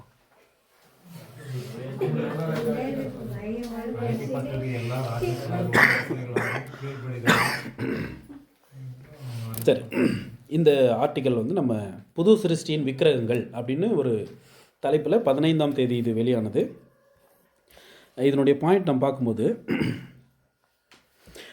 நம் உள்ளான வாழ்க்கையில் யாவேவின் இடத்தை எடுத்துக்கொள்ளும் எதையும் ஒரு விக்கிரகம் எனலாம் அப்படின்னு சொல்கிறார். அதாவது நம் உள்ளான வாழ்க்கையில் யாவேவின் இடத்தை எடுத்துக்கொள்ளும் எதையும் ஒரு விக்கிரகம் எனலாம். அது ஒரு சிலையை போலவே இருக்க வேண்டிய அவசியம் இல்லை. அது இன்பத்தை தருவதாக உறுதியளிக்கும் இச்சையாக இருக்கலாம், கனத்தை கோரும் பெருமையாக இருக்கலாம், தீர்மானங்களை ஆளுகை செய்யும் பயமாக இருக்கலாம், நமது பாதுகாப்பாக மாறும் பணமாக இருக்கலாம், நம் தெய்வமாக மாறும் சௌகரியமாக இருக்கலாம், அல்லது வீட்டிலோ அல்லது சபையிலோ உள்ள மக்களை கட்டுப்படுத்தும் தேவையாக இருக்கலாம். இந்த விக்கிரகங்களை ஒரு விதையை போல சிறிதாகவே ஆரம்பிக்கின்றது அப்படின்னு சொல்கிறார். இந்த ஆர்டிக்கல் வந்து அப்புறம் நம்ம பார்க்கலாம். இந்த ஒரு ஆர்டிக்கல் வந்து புதிய சிருஷ்டியின் விக்கிரகங்கள் அப்படின்னு சொல்லிட்டு அது குரூப்பில் வந்து போட்டிருக்கிறாங்க. அதில் வந்து இந்த விக்கிரகங்கள் பற்றி பேசுகிறாங்க. அப்போது விக்கிரகங்கள் எது குறிக்குது அப்படின்னு சொல்லிட்டு நம்ம பார்க்கும்போது, ஸோ நாம் வந்து எடுக்கக்கூடிய ஒவ்வொரு முடிவுமே விக்கிரகங்கள் தான். இது தேவனுடைய இடத்தை வந்து நம்ம வந்து அவருக்காக கொடுக்கப்பட்ட ஒரு நேரம், அதுதான் உடன்படிக்கை. என்னுடைய நேரம், என்னுடைய செல்வம், செல்வாக்கு எல்லாத்தையும் உங்களுக்கு கொடுக்குறன்றதான் உடன்படிக்கை. அந்த உடன்படிக்கையை மீறி நீங்கள் வேறு எது செஞ்சாலுமே அதுதான் விக்கிரகம்னு சொல்கிறார். அப்போது நாம் என்ன ராஜா? நல்ல ராஜாவா, பொல்லாப்பான ராஜாவா? ஸோ அப்படி பார்க்கும்போது இது பாருங்கள், இப்போ நம்ம பொல்லாப்பு செஞ்சிட்டார். இப்போ ரெண்டாவது விஷயம் எங்கே போய்டுறாரு அப்படின்னா, தீர்க்கதரிசனுடைய வார்த்தையை அவர் என்ன பண்ணல, கேட்கல. தீர்க்கதரிசனுடைய வார்த்தைக்கு செவி கொடாமல், தன்னை தாழ்த்தாமல் அப்படி வந்து இருந்திருக்கிறார். அப்போது நாம் எப்படி இருக்கிறோம்? தீர்க்கதரிசின் வார்த்தைனா இப்போ என்ன அதுக்குரிய அடையாளம்? கர்த்தருடைய வார்த்தை. ஸோ கர்த்தருடைய வார்த்தைக்கு நம்ம எவ்வளோ கீழ்ப்படுகிறோம் அப்படின்றது வந்து இங்கே சொல்கிறார். ஸோ இதுக்கு சகோதரர் ஒரு ரீப்ரிண்ட் பாயிண்டில் வந்து என்ன சொல்கிறார் அப்படின்னா, புது சிருஷ்டி என்பது ஏதோ உடன்படிக்கை செய்து முடிவில் கிடைக்கப் போகிற பரிசு கிடையாது. புது சிருஷ்டி அப்படின்றது வந்து நம்ம பேப்டிசம் எடுத்துட்டோம், நம்ம கண்டிப்பாக மரிக்கும் போது நம்மளுக்கு கண்டிப்பாக ஒரு ப்ரைஸ் கிடச்சிட போகுது அப்படின்றது கிடையாது. அப்போது புது சிருஷ்டி என்பது ஏதோ உடன்படிக்கை செய்து முடிவில் கிடைக்கப் போகிற பரிசு கிடையாது. தேவனுடைய சித்தத்தை நாள்தோறும், வாரந்தோறும், மாதந்தோறும், வருடந்தோறும் விடாமுயற்சியுடன் செய்து முடிப்பவர்களே முடிவில் புது சிருஷ்டி அப்படின்ற ஒரு பேரை வாங்க முடியும்னு சொல்கிறார். அதாவது அது எப்படி சொல்கிறாருன்னா, ஒவ்வொரு விஷயத்திலும் நாள்தோறும், வாரந்தோறும், மாதந்தோறும், வருஷந்தோறும் விடாமுயற்சி, இதுதான் ரொம்ப முக்கியம். விடாமுயற்சியுடன். இப்போது நம்ம ஸ்டார்ட் பண்ணிவிடுவோம், ஆனால் நம்ம என்ன பண்ண மாட்டோம், அதில் வந்து கடைப்பிடிக்க மாட்டோம். இப்போது இந்த வருஷத்தினுடைய ஆரம்பத்தில் நிறைய தீர்மானங்கள் எடுத்திருப்போம். அந்த தீர்மானம் இன்றைக்கி 18ஆம் தேதினா இந்த 18ஆம் தேதிக்குள்ளவே நிறைய மீறி இருப்போம், சரிங்களா? இப்போ அந்த மாதிரி வந்து நம்ம மீறாமல் இருக்கிறது தான் ரொம்ப முக்கியம்.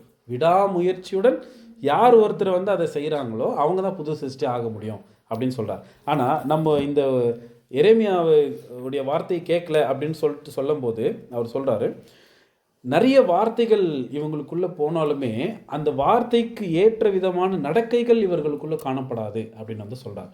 ஸோ ஃபஸ்ட்டு விஷயம் அவர் என்ன சொல்கிறாருன்னா, பொல்லாப்பானதை செய்கிறார், இது வந்து விக்கிரகம். ரெண்டாவது விஷயம், எரேமியாவுடைய வார்த்தைக்கு அவர் என்ன பண்ணல அப்படின்னா கீழ்ப்படியல அப்படின்னு வந்து சொல்கிறார். மூன்றாவது ஒரு விஷயத்துக்குள்ளே நம்ம போகும்போது, மூன்றாவது நேபுகாத் நேச்சாருக்கு விரோதமாக கலகம் செய்தார் அப்படின்னு சொல்கிறார். கலகம்னா ரெண்டாவது ஒரு ராஜா கூட உடன்படிக்கை பண்ணிடுறார். இந்த ரெண்டாவது ராஜா யார்? எகிப்தின் ராஜா. சரி, இது வந்து பொருள். இப்போ அதே ஆவிக்குரிய வார்த்தையில் நம்ம என்ன சொல்ல, எகிப்தின் ராஜா யாரு? சாத்தான்.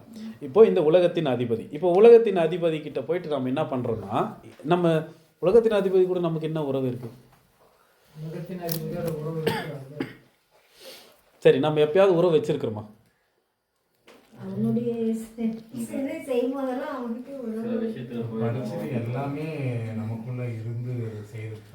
நம்முடைய உடன்படிக்கையை இங்க சகோதரர் குறிப்பிடும் போது, நம்முடைய உடன்படிக்கையை மறக்க செய்யும் அளவுக்கு அவனுடைய ஈடுபாடு நம்மக்கிட்ட இருக்கா? நம்ம உடன்படிக்கை செஞ்சுருக்கிறோம் அப்படின்றதே மறந்துடுவோமா?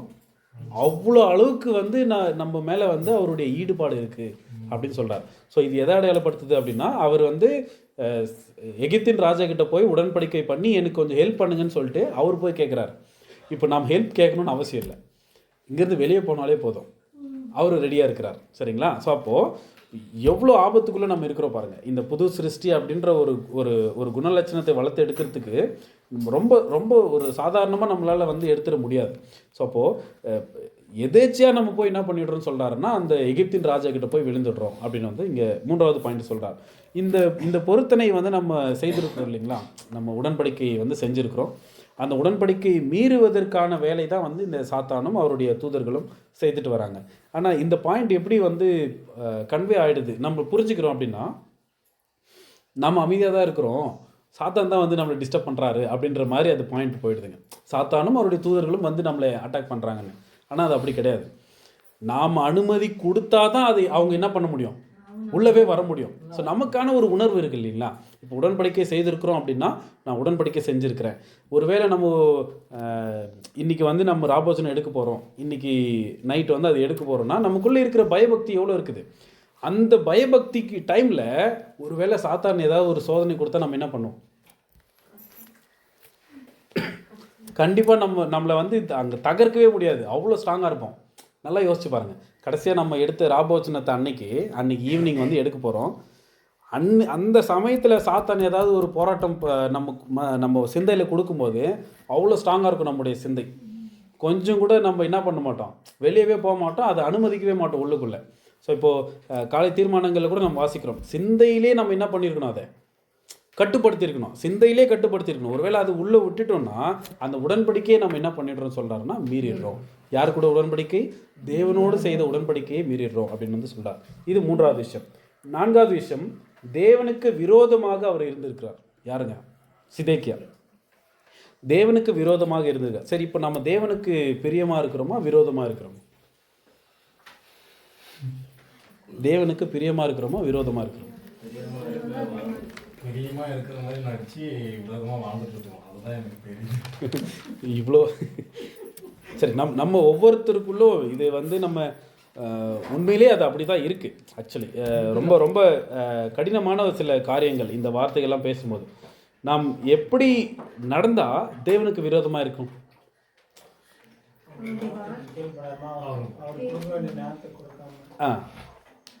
வாசிக்கலாம். யாக்கோபு 4ஆம் அதிகாரம் 4ஆம் வசனம்.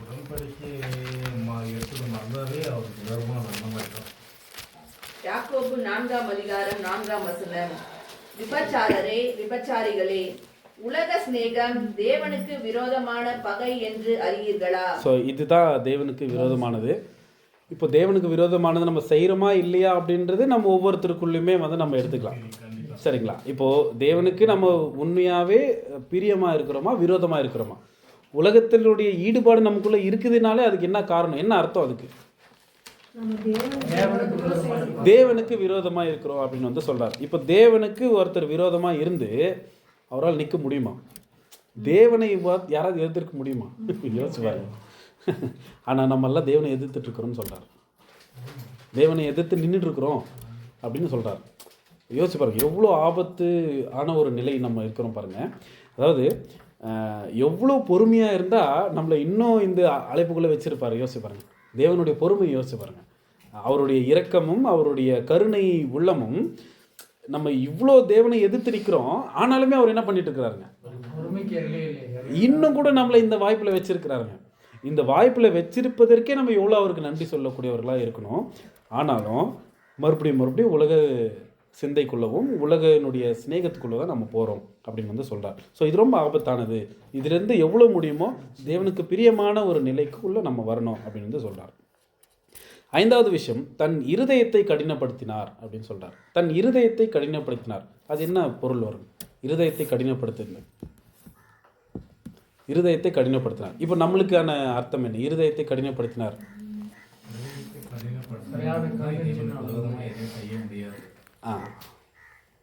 இருதயத்தை கடினப்படுத்தினார்.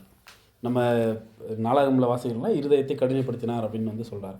இருதயத்தை கடினப்படுத்துறதுன்னா ஆவிக்குரிய பார்வையில் நமக்கு என்ன பொருள் அது? இவர்களை குறித்து சொல்லும்போது துவக்க காலத்தில் மிகவும் பெரியதான தேவ உணர்த்துதல் இருக்கும். ஆனால் அது போக போக மிக குறுகிய அளவில் குறைந்துவிடும் அப்படின்னு சொல்கிறார். இந்த வார்த்தை பாருங்கள். துவக்க காலத்தில் மிகவும் பெரியதான தேவ உணர்த்துதல் இருக்கும். முதல்ல நம்ம கேட்ட சத்தியமும் அதே தான், இப்போ கேட்குற சத்தியமும் அதே தான். ஆனால் முதல் நம்ம கேட்கும்போது நம்ம என்ன பண்ணுவோம், உண்மையிலே வந்து நம்ம என்ன பண்ணணும் அப்படின்னா இதை வந்து கடைபிடிக்கணும், இது இந்த மாதிரி வந்து தவறு நம்ம செய்யக்கூடாது அப்படின்ற ஒரு உணர்த்துதல் வந்து அந்த இடத்துல இருக்கும் எப்போ ஆரம்பத்தில். இதுவே போக போக அது என்ன ஆகிடும் சொல்கிறாருன்னா, அந்த உணர்த்துதலே இல்லாமல் இருக்கும்னு சொல்கிறார். அந்த உணர்வே இல்லாமல் போயிடும். இதுதான் இருதயத்தை கடினப்படுத்துறது அப்படின்னு வந்து சொல்கிறார். அப்போது பின் உணர்த்தப்பட்டாலும் திருந்த முடியாத நிலைக்கு போயிடும்னு சொல்கிறார். ஒருவேளை அதே உணர்த்துதல் தான் இப்பவும் இருக்கும், ஆனால் அந்த உணர்த்துதல் கிடைச்சாலுமே இருதயம் என்ன பண்ணாதுங்க, அதை ஏற்றுக்காது, உள்ளவே அது வந்து என்ன ஆகாதுன்னா உள்ளே போகாது அப்படின்னு சொல்கிறார். வாசிக்கலாம்.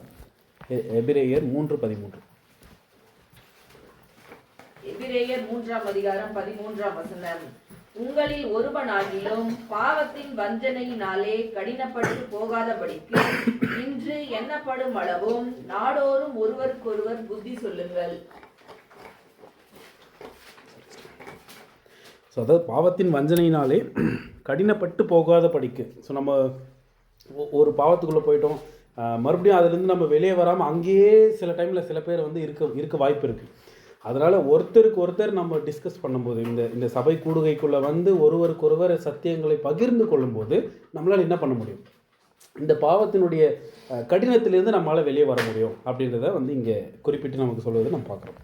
சரி, இப்போது இருதயம் கடினம் ஆயிடுச்சு ஒருத்தருக்கு அப்படின்றது எப்படி கண்டுபிடிக்கலாம்? அது நம்ம வேலை இல்லை, பட் அதை எப்படி கண்டுபிடிக்கலாம்? சைக்கிளை பார்த்து சரி சரி சரி. இருதய கடினம் எப்படி கண்டுபிடிக்கலாம்னா ஒரு சில பாயிண்ட்ஸ் சொல்கிறாரு. முதலாவது விஷயம் முறுமுறுப்பு அப்படின்னு தான் சொல்கிறார். முதலாவது, ஒருத்தருக்கு இருதய கடினம் இருக்குதுன்னா அவங்களுக்கு ஒரு முறுமுறுப்பு இருக்கும் அப்படின்னு வந்து சொல்கிறாரு. முறுமுறுப்புனா எந்த விஷயத்துக்கு எடுத்தாலுமே அதில் ஒரு குறை சொல்லக்கூடியவர்களாக அவங்க இருப்பாங்க. ரெண்டாவது விஷயம் சொல்லும்போது, தவறுகளை சுட்டி காட்டப்படும் போது அதை நியாயப்படுத்துகிற ஒரு காரியம் ஒருத்தருக்குள்ளே இருக்கும் அப்படின்னு சொல்கிறேன். இப்போது இது நீங்கள் தப்பு செஞ்சிட்டீங்க அப்படின்னா அது என்ன பண்ணிடணும், நான் தப்பு பண்ணிட்டேன், இதுக்கப்புறம் நான் மாறிடுறேன் அப்படின்னு வந்து சொல்லணும். ஆனால் இது நீங்கள் தப்பு செஞ்சிட்டீங்க அப்படின்னா இதனால தான் நான் செஞ்சேன், இதே தான் யார் செஞ்சாருன்னா ஆதாமும் செஞ்சாருங்க. தேவன் வந்து கேட்குறாருங்க, ஏன்பா பண்ணேன் அப்படின்னா, நான் பண்ணல, யார் பண்ணது, ஸ்திரீ தான் பண்ணாங்க அப்படின்னு. நீங்கள் ஏமா பண்ணீங்க அப்படின்னு கேட்டால் அவங்க என்ன பண்ணுறாங்க, இந்த மாதிரி வந்து இந்த விஷயத்தை தான் சொல்கிறாரு. தவறுகளை சுட்டி காட்டப்படும் போது அதை நியாயப்படுத்த முயற்சிப்பது அப்படின்னு சொல்கிறார். இது ரெண்டாவது. மூன்றாவது ஒரு விஷயம் என்ன சொல்கிறார் அப்படின்னா, தங்களுக்குள் இருக்கக்கூடிய பெருமையை வந்து இங்கே சொல்கிறார். இந்த பெருமையோடைய வித்தியாசமான ஒரு குணம் என்னென்னா, பெருமைக்கு ஒரு குணம் இருக்குது, பெருமை ஒரு குணம், அதுக்கு ஒரு குணம் பற்றி பேசுகிறார். பெருமை உள்ளது என்பது அவரவர்களுக்கே தெரியாதுன்னு சொல்கிறார். பெருமை நமக்குள்ளே இருக்குதுன்னு நம்மளுக்கே தெரியாதான், இதுவே ஒரு இருதய கடினம் தான் அப்படின்னு வந்து சொல்கிறார். அப்போது இந்த ஒரு சில காரியங்கள் இருக்குது, இன்னும் நிறைய காரியங்கள் வந்து இதில் சொல்கிறாரு. ஸோ அப்போது இருதயத்தை கடினப்படுத்துகிற எந்த ஒரு விஷயத்தையும் நம்ம என்ன பண்ணக்கூடாதுன்னா வச்சிருக்கக்கூடாது அப்படின்னு தான் சொல்கிறார். ஸோ ஆறாவது ஒரு விஷயம், புறஜாதிகளின் அருவருப்பின்படி நடந்திருக்கிறாரு அப்படின்னு சொல்கிறார். புறஜாதிகளின் அருவருப்பு அப்படின்னா இது எதை குறிக்குது அப்படின்னா, அதிக நேரம் உலகத்தில் செலவிடுதல். ஸோ அதிக நேரம் உலகத்தில் செலவிடுதல். தேவ வார்த்தை இப்போது அதிக நேரம் செலவிடுறதை வந்து இங்கே குறிப்பிட்டு சொல்லும்போது ஜெபம், அந்த அதே ஆர்டிக்கலில் வந்து கடைசியில் வந்து சொல்கிறாரு. என்ன சொல்கிறார் அப்படின்னா, இந்த ஆர்டிக்கலில் ஜெபம் அப்படின்னு சொல்லிட்டு கடைசியே வரும். அதில் அந்த ஜெபத்தில் வந்து இங்கே சொல்லும் போது அவர் சொல்கிறாருன்னா, முழு இருதயத்தோடும் உங்களுடைய நேரத்தை வந்து எனக்கு கொடுங்க அப்படின்னு வந்து கேட்குறாரு. ஆனால் ஜெபம் வந்து ரொம்ப நேரம் செஞ்ச மாதிரி இருக்குமா, ஆனால் 2 நிமிஷம் தான் செஞ்சுருப்போம் அப்படின்னு சொல்கிறார். இப்போ இது எது அடையாளப்படுத்துதுன்னா, உலகத்தோடு எவ்வளோ ஒன்றி இருக்கும் அப்படின்றது தான் வந்து இந்த அடையாளப்படுத்துகிறார். அதாவது ஜெபத்தை வந்து நம்ம சரி எவ்வளோ நேரம் ஜெபம் பண்ணலாம், சரி நம்மளுக்கு இருக்கிற ஒரே உதாரணம் இயேசு கிறிஸ்து. அவர் எவ்வளோ நேரம் ஜெபம் பண்ணாரு, அவர் எப்படி ஜெபம் பண்ணார், இரவு முழுவதும் ஜெபம் பண்ணார். சரி அப்போ பகல் முழுவதும் தேவனுடைய வேலை செய்திருந்தும் கூட அவர் எப்படி தான் இருந்தார்னா ஜெப சிந்தையோடு இருந்திருக்கிறார். இப்போ நாம எவ்வளோ நேரம் ஜெபம் செய்கிறோம் அப்படின்னு பார்க்கும்போது ரொம்ப குறுகிய நேரம் தான் நம்ம வந்து ஜெபம் செய்கிறோம். அப்போ இதுலேருந்தே தெரியுது எவ்வளோ வித்தியாசம் இருக்குது ஒரு பரிபூர்ண ஒரு நடக்கைக்கும் ஸோ நம்மளுக்கும் எவ்வளோ டிஃப்ரென்ஸ் இருக்குது பாருங்கள். அப்போது ஜெபம் அப்படின்னு எடுக்கும்போது இங்கே சொல்கிறாரு, எவ்வளோ முடியுமோ அவ்வளோ நேரம் அவர் கூட செலவிடணும் அப்படின்னு வந்து சொல்கிறார். இப்போது தேவ வார்த்தை அல்லது தேவ ஜெபம், தேவனோடு கொண்ட உடன்படிக்கை, தேவனோடு கொண்ட உறவு இது எல்லாமே இதனுடைய நேரம் குறைஞ்சிட்டே வரும்னு சொல்கிறார். இப்போ இந்த நேரம் குறையுதுன்னா அப்போ அந்த நேரமெல்லாம் எங்கே தான் போகுது? உலகத்துக்குள்ளே தான் போகுது அப்படின்னு வந்து சொல்கிறார். அப்போ ஜெபம், தேவ வார்த்தை வாசித்தல், அதே மாதிரி தேவ வார்த்தையினுடைய உணர்த்துதல், இது எல்லாமே கம்மியாக இருக்கும்போது நம்ம முழுக்க உலகத்தில் தான் இருக்கும் அப்படின்னு வந்து சொல்கிறார். ஸோ 7வது ஒரு விஷயம் சொல்லும் போது தேவ ஆலயத்தை தீட்டுப்படுத்தினார். இவர் என்ன பண்ணுறாருன்னா, எகிப்து சரி நான் அனுப்புகிறேன்னு சொல்லியாச்சு. இவர் என்ன பண்ணுறாருங்களா, எல்லா தேவனுடைய ஆலயத்தில் இருக்கிற எல்லா கோல்டு எடுத்துன்னு போய் யார்கிட்ட கொடுத்துறாருன்னா எகிப்து ராஜா கிட்ட கொடுக்குறாரு. யோசிச்சு பாருங்க, தேவனுடைய விஷயத்தை எடுத்துன்னு போய் யார்கிட்ட கொடுத்துட்டாருங்களா? எகிப்தின் ராஜா கிட்ட கொடுத்துட்டாருங்களா? இது எதை அடையாளப்படுத்துது அப்படின்னு சொல்கிறோம்னா 1 கொரிந்தியர் 3ஆம் அதிகாரம் 17ஆம் வசனம். 1 கொரிந்தியர் 3ஆம் அதிகாரம் 17ஆம் வசனம். ஒருவன் தேவனுடைய ஆலயத்தை கெடுத்தால் அவனை தேவன் கெடுப்பார். தேவனுடைய ஆலயம் பரிசுத்தமாய் இருக்கிறது, நீங்களே அந்த ஆலயம். இப்போ யாருங்களா அந்த ஆலயம்? நாம தான் அந்த ஆலயம். இப்போது நாம தான் அந்த ஆலயம்னா நம்ம யாராவது ஒருத்தருக்கு கெடுக்கிறோமா அப்படின்னு கேட்டால் கிடையாது. அப்படி யாருமே பண்ண மாட்டோம். ஆனால் சொல்கிறார், ஒருவன் தேவனுடைய ஆலயத்தை கெடுத்தால் அவனை தேவன் கெடுப்பார். அப்போ நம்ம எப்படி நம்ம கெடுக்கிறோமா தேவனுடைய ஆலயத்தை? ஏதாவது சரி, எப்படி கெடுக்கிறோம்? நாம் எப்படி கெடுக்கிறோம் தேவனுடைய ஆலயத்தை?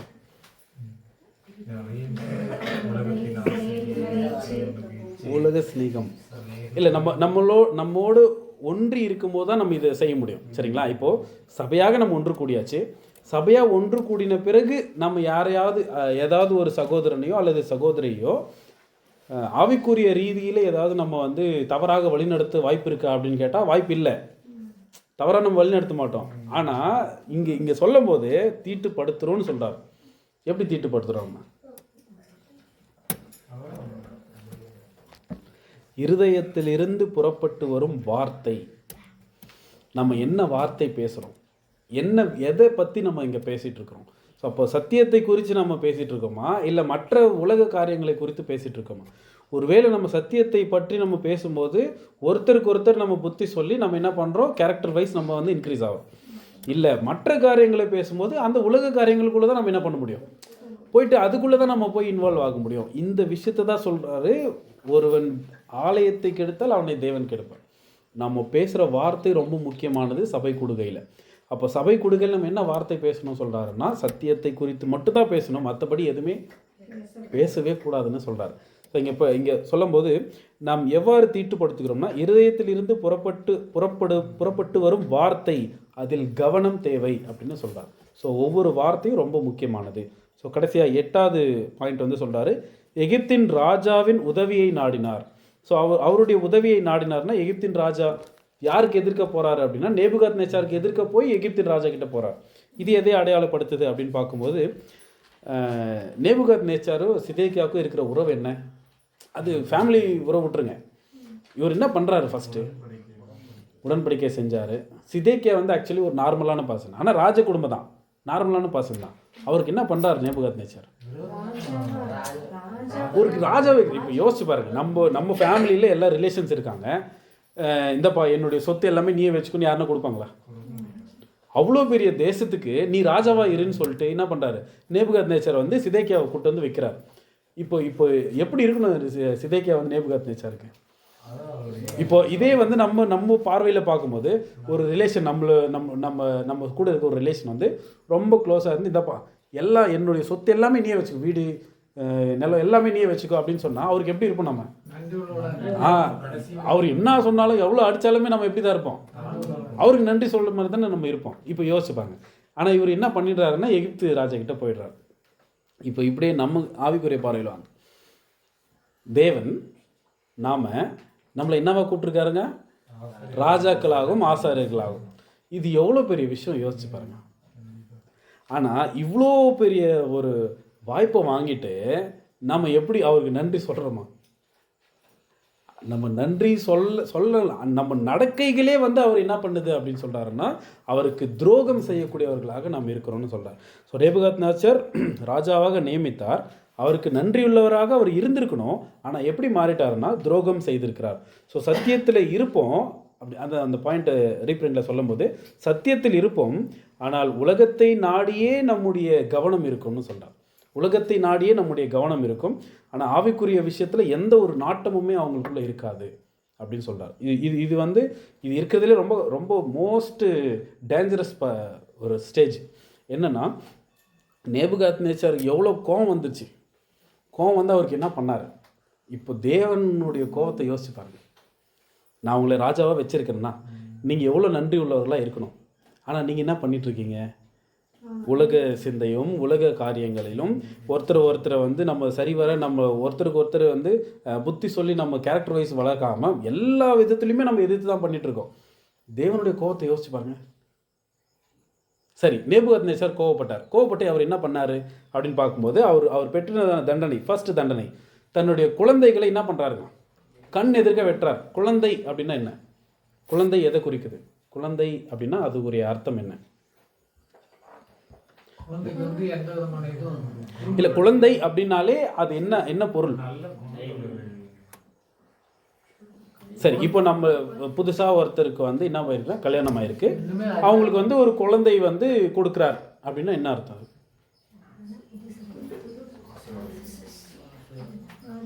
சரி, 2 குழந்தைகள், இதை வச்சு கண்டுபிடிங்க. 2 குழந்தைகள். பிரதர் என்ன சொன்னீங்க?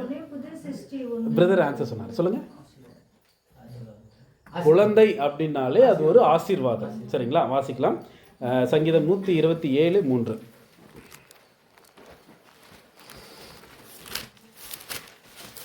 சங்கீதம் 127 சங்கீதம் 3ஆம் வசனம். நீங்கள் அதிகாலையில் எழுந்து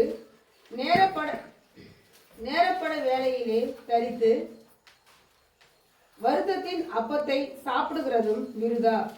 அவரே தமக்கு பிரியமானவனுக்கு நித்திரை அளிக்கிறார். 127ங்களா?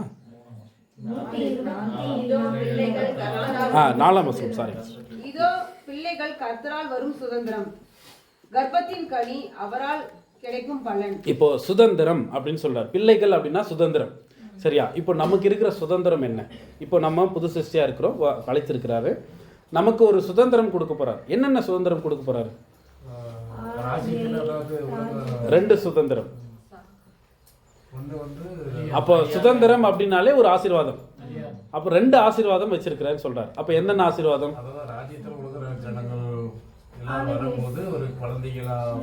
இல்லை, ஆசீர்வாதம் 2 ஆசீர்வாதம் இருக்கு. நம்ம முன்னாடி 2 ஆசீர்வாதம் இருக்கு. என்னென்ன ஆசீர்வாதம் இருக்கு? பொதுவாக பாருங்க. இப்போ ஆபிரகாம் கிட்ட செய்த உடன்படிக்கையும் இதில் வந்து நீங்கள் ஜாயின் பண்ணி பார்க்கணும். வானத்து நட்சத்திரமும் கடற்கரை மணல். இப்போ இதுதான் 2 ஆசீர்வாதம். இப்போ அப்படியே ஆவிக்குரிய பார்வையில் பாருங்க. 1000 இயர்ஸில் வந்து நமக்கு என்னென்ன ஆசீர்வாதம் இருக்கு? 2 ஆசீர்வாதம் நமக்குன்னா எல்லாம் பொதுவாக. ஃபர்ஸ்ட்டு ஆவிக்குரிய ஒரு அரசாட்சி, அதுக்குரிய ஒரு ஆசீர்வாதம் இருக்கு. 2வது ஆசீர்வாதம் உலகத்துக்குரிய ஆசீர்வாதம். ஸோ எல்லாருமே வந்து அவங்க மீண்டும் உயிர் தெளிந்து வரக்கூடிய 2 ஆசீர்வாதம். அதாவது பரலோக வாய்ப்பு, உலக ஆசீர்வாதம். இது 2 இருக்கு.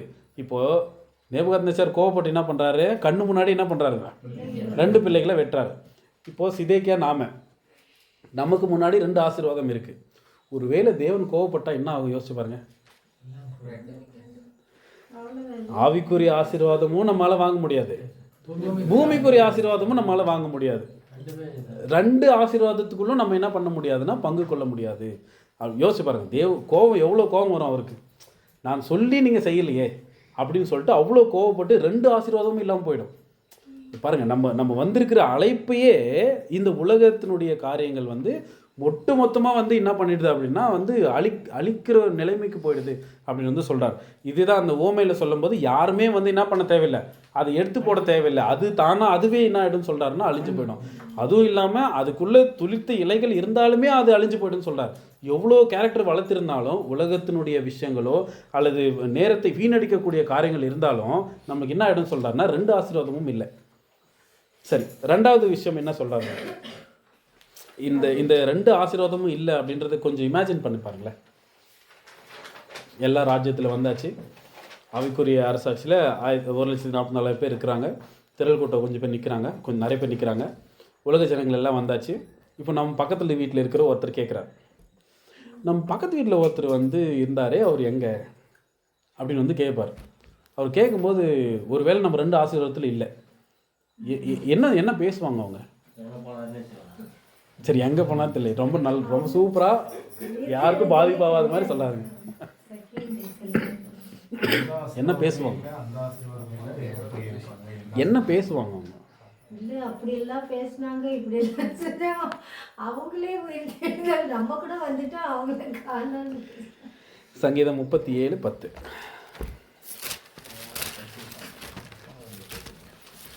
சங்கீதம் 37ஆம் சங்கீதம் 10ஆம் வசனம். இன்னும் கொஞ்ச நேரம்தான், அப்போது துன்மார்க்கன் இரான். அவன் ஸ்நானத்தை உற்று விசாரித்தாயானால் அவன் இல்லை. கொஞ்சம் கவனமாக அவர் யாருன்னு போய் தேடினீங்கன்னா அவன் இல்லை, அட்ரஸே இல்லை அவங்க அப்படின்னு யார் சொல்லுவாங்க? துன்மார்க்கம் செஞ்சவங்களை வந்து சொல்கிறாங்க. யார் சொல்கிறாங்கன்னா உலகத்தில் வந்தவங்களும் சொல்லுவாங்க, நம்ம தெருவில் இருந்தவங்க, நம்ம பக்கத்து வீடு எதிர் வீட்டில் இருக்கிறவங்க சொல்லுவாங்க அவன் இல்லை. ஏன் இல்லை? ஏன்னா துன்மார்க்கம் செஞ்சுருக்கிறாங்க. ஸோ என்ன மாதிரி துன்மார்க்கம் பாருங்கள். ஆவிக்குரிய ஆசீர்வாதத்தையும் வாங்கலை, பூமிக்குரிய ஆசீர்வாதத்தையும் வாங்கலை. கடைசி எங்கே போயிட்டாங்க அவங்க? செகண்ட் டெத்துக்கு போயிருக்கிறாங்க. இந்த செகண்ட் டெத்து குறித்து இங்கே சகோதரர் பேசும்போது இந்த பாயிண்ட் வந்து பேசுகிறார். என்னென்னா, துன்மார்க்கன் இருக்க மாட்டான் அப்படின்ற ஒரு பாயிண்டில் வந்து ரீப்ரிண்ட் 2607 அதில் வந்து சொல்கிறேன். துன்மார்க்கரின் நித்திய தண்டனையின் தன்மை மரணம், அழிவு என்று கடவுள் நமக்கு தெளிவாக சொல்லுகிறார். இந்த மரணத்தை குறித்து சொல்லும் போது, அதாவது யூனிவர்ஸில் எங்கேயுமே இருக்க மாட்டாங்கன்னு சொல்கிறார். இந்த ஒட்டுமொத்த அண்ட சராசரத்துலேயும் எங்கேயுமே இருக்க மாட்டாங்க. இந்த மாதிரி அழிவு போகும்னு சொல்கிறாரு. நம்முடைய நடக்கை தான் நம்ம ஆசீர்வாதம் வாங்குறோமா இல்லையான்றது தெரியும் அப்படின்னு சொல்கிறார். ஸோ ரொம்ப ஆபத்தான ஒரு விஷயம் அண்ட் ரொம்ப ஜாக்கிரதையாக இருக்கக்கூடிய ஒரு காரியமாக இருக்குது அப்படின்னு சொல்லி நம்ம பார்க்குறோம். சரி, ரெண்டாவது ஒரு தண்டனை என்ன கொடுத்தாருங்க? ஃபஸ்ட்டு வந்து கண்ணு முன்னாடி அழிச்சு போயிட்டாருங்க.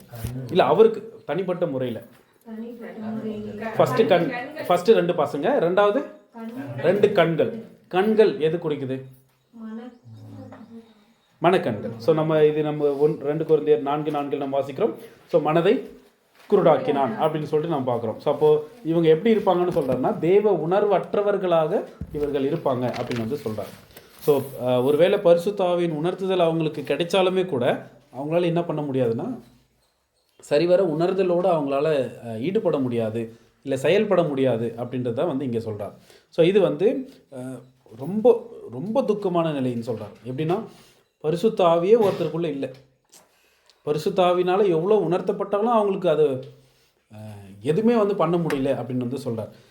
இதுக்கு வந்து சில உதாரணங்கள் எடுக்கும்போது, மரித்த ஒரு சரீரத்துக்கு கூட எந்த ஒரு விஷயமும் ரியாக்ஷனே இருக்காது இல்லைங்களா? அந்த மாதிரி ரியாக்ஷனுக்குள்ளே போகணும்னு சொல்கிறார். ஒரு பரிசுத்த ஆவியினுடைய உணர்த்துதல் இருந்தும் அதை வந்து கேட்டுட்டு செய்யாமல் இருக்கும்போது யோசிச்சு பாருங்க எப்படி இருக்கும். யோசிச்சு பாருங்க, ஒரு மரித்த சரீரம் ஏதாவது செய்யுமா? எதுவுமே செய்யாது. அந்த நிலைமைக்கு போய்டும்னு சொல்கிறார். அவ்வளோ அளவுக்கு நம்முடைய மனக்கண் மூடப்பட்டிருக்கும். எவ்வளோ பெரிய சத்தியம் இருந்தாலும் அந்த உணர்தல் நமக்குள்ளவே வராது அப்படின்னு சொல்கிறாரு. இது 2வது, கண்கள் வந்து பிடுங்கினது.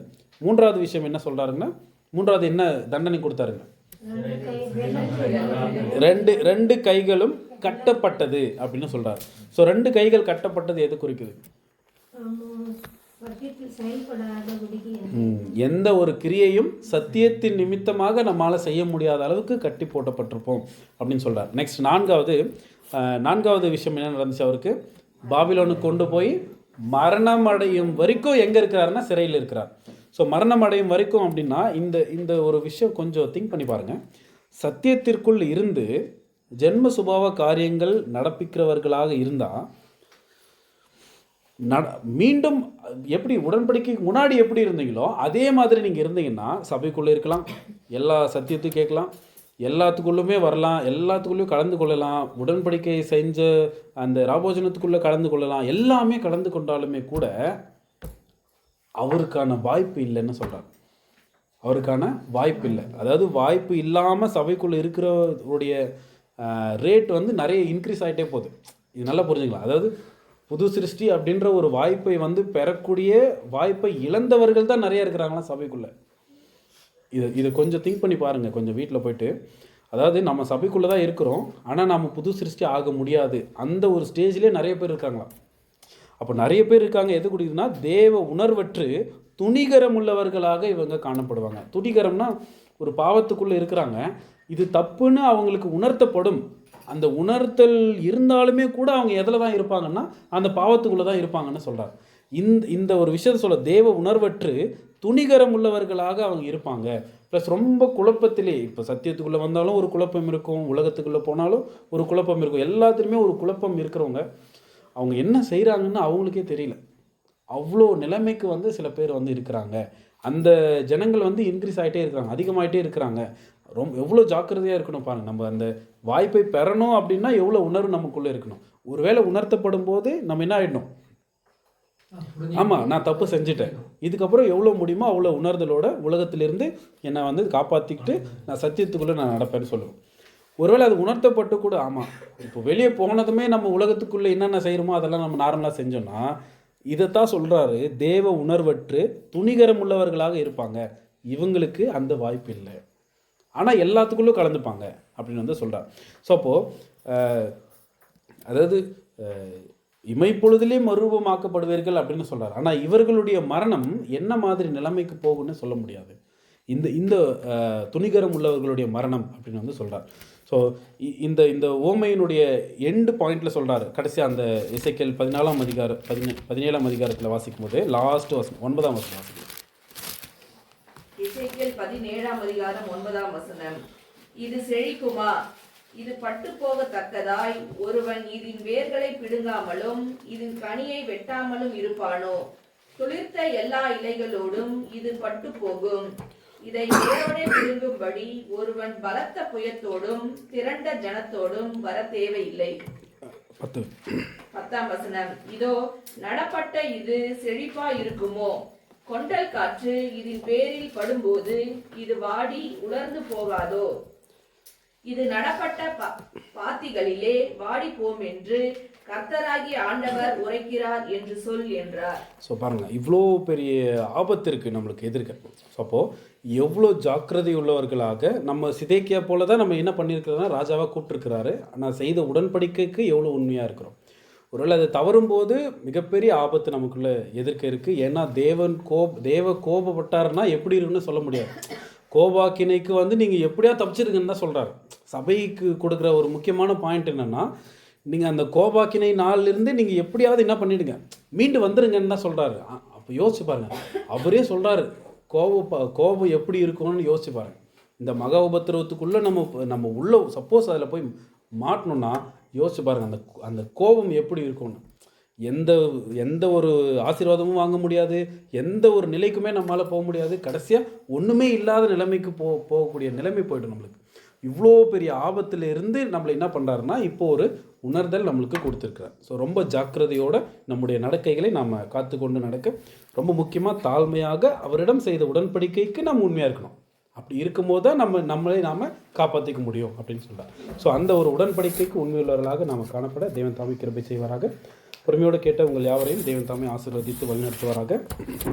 சபையாருக்கும் கூட என்னுடைய தாழ்மையான வணக்கத்தை தெரிவித்துக் கொள்கிறேன்.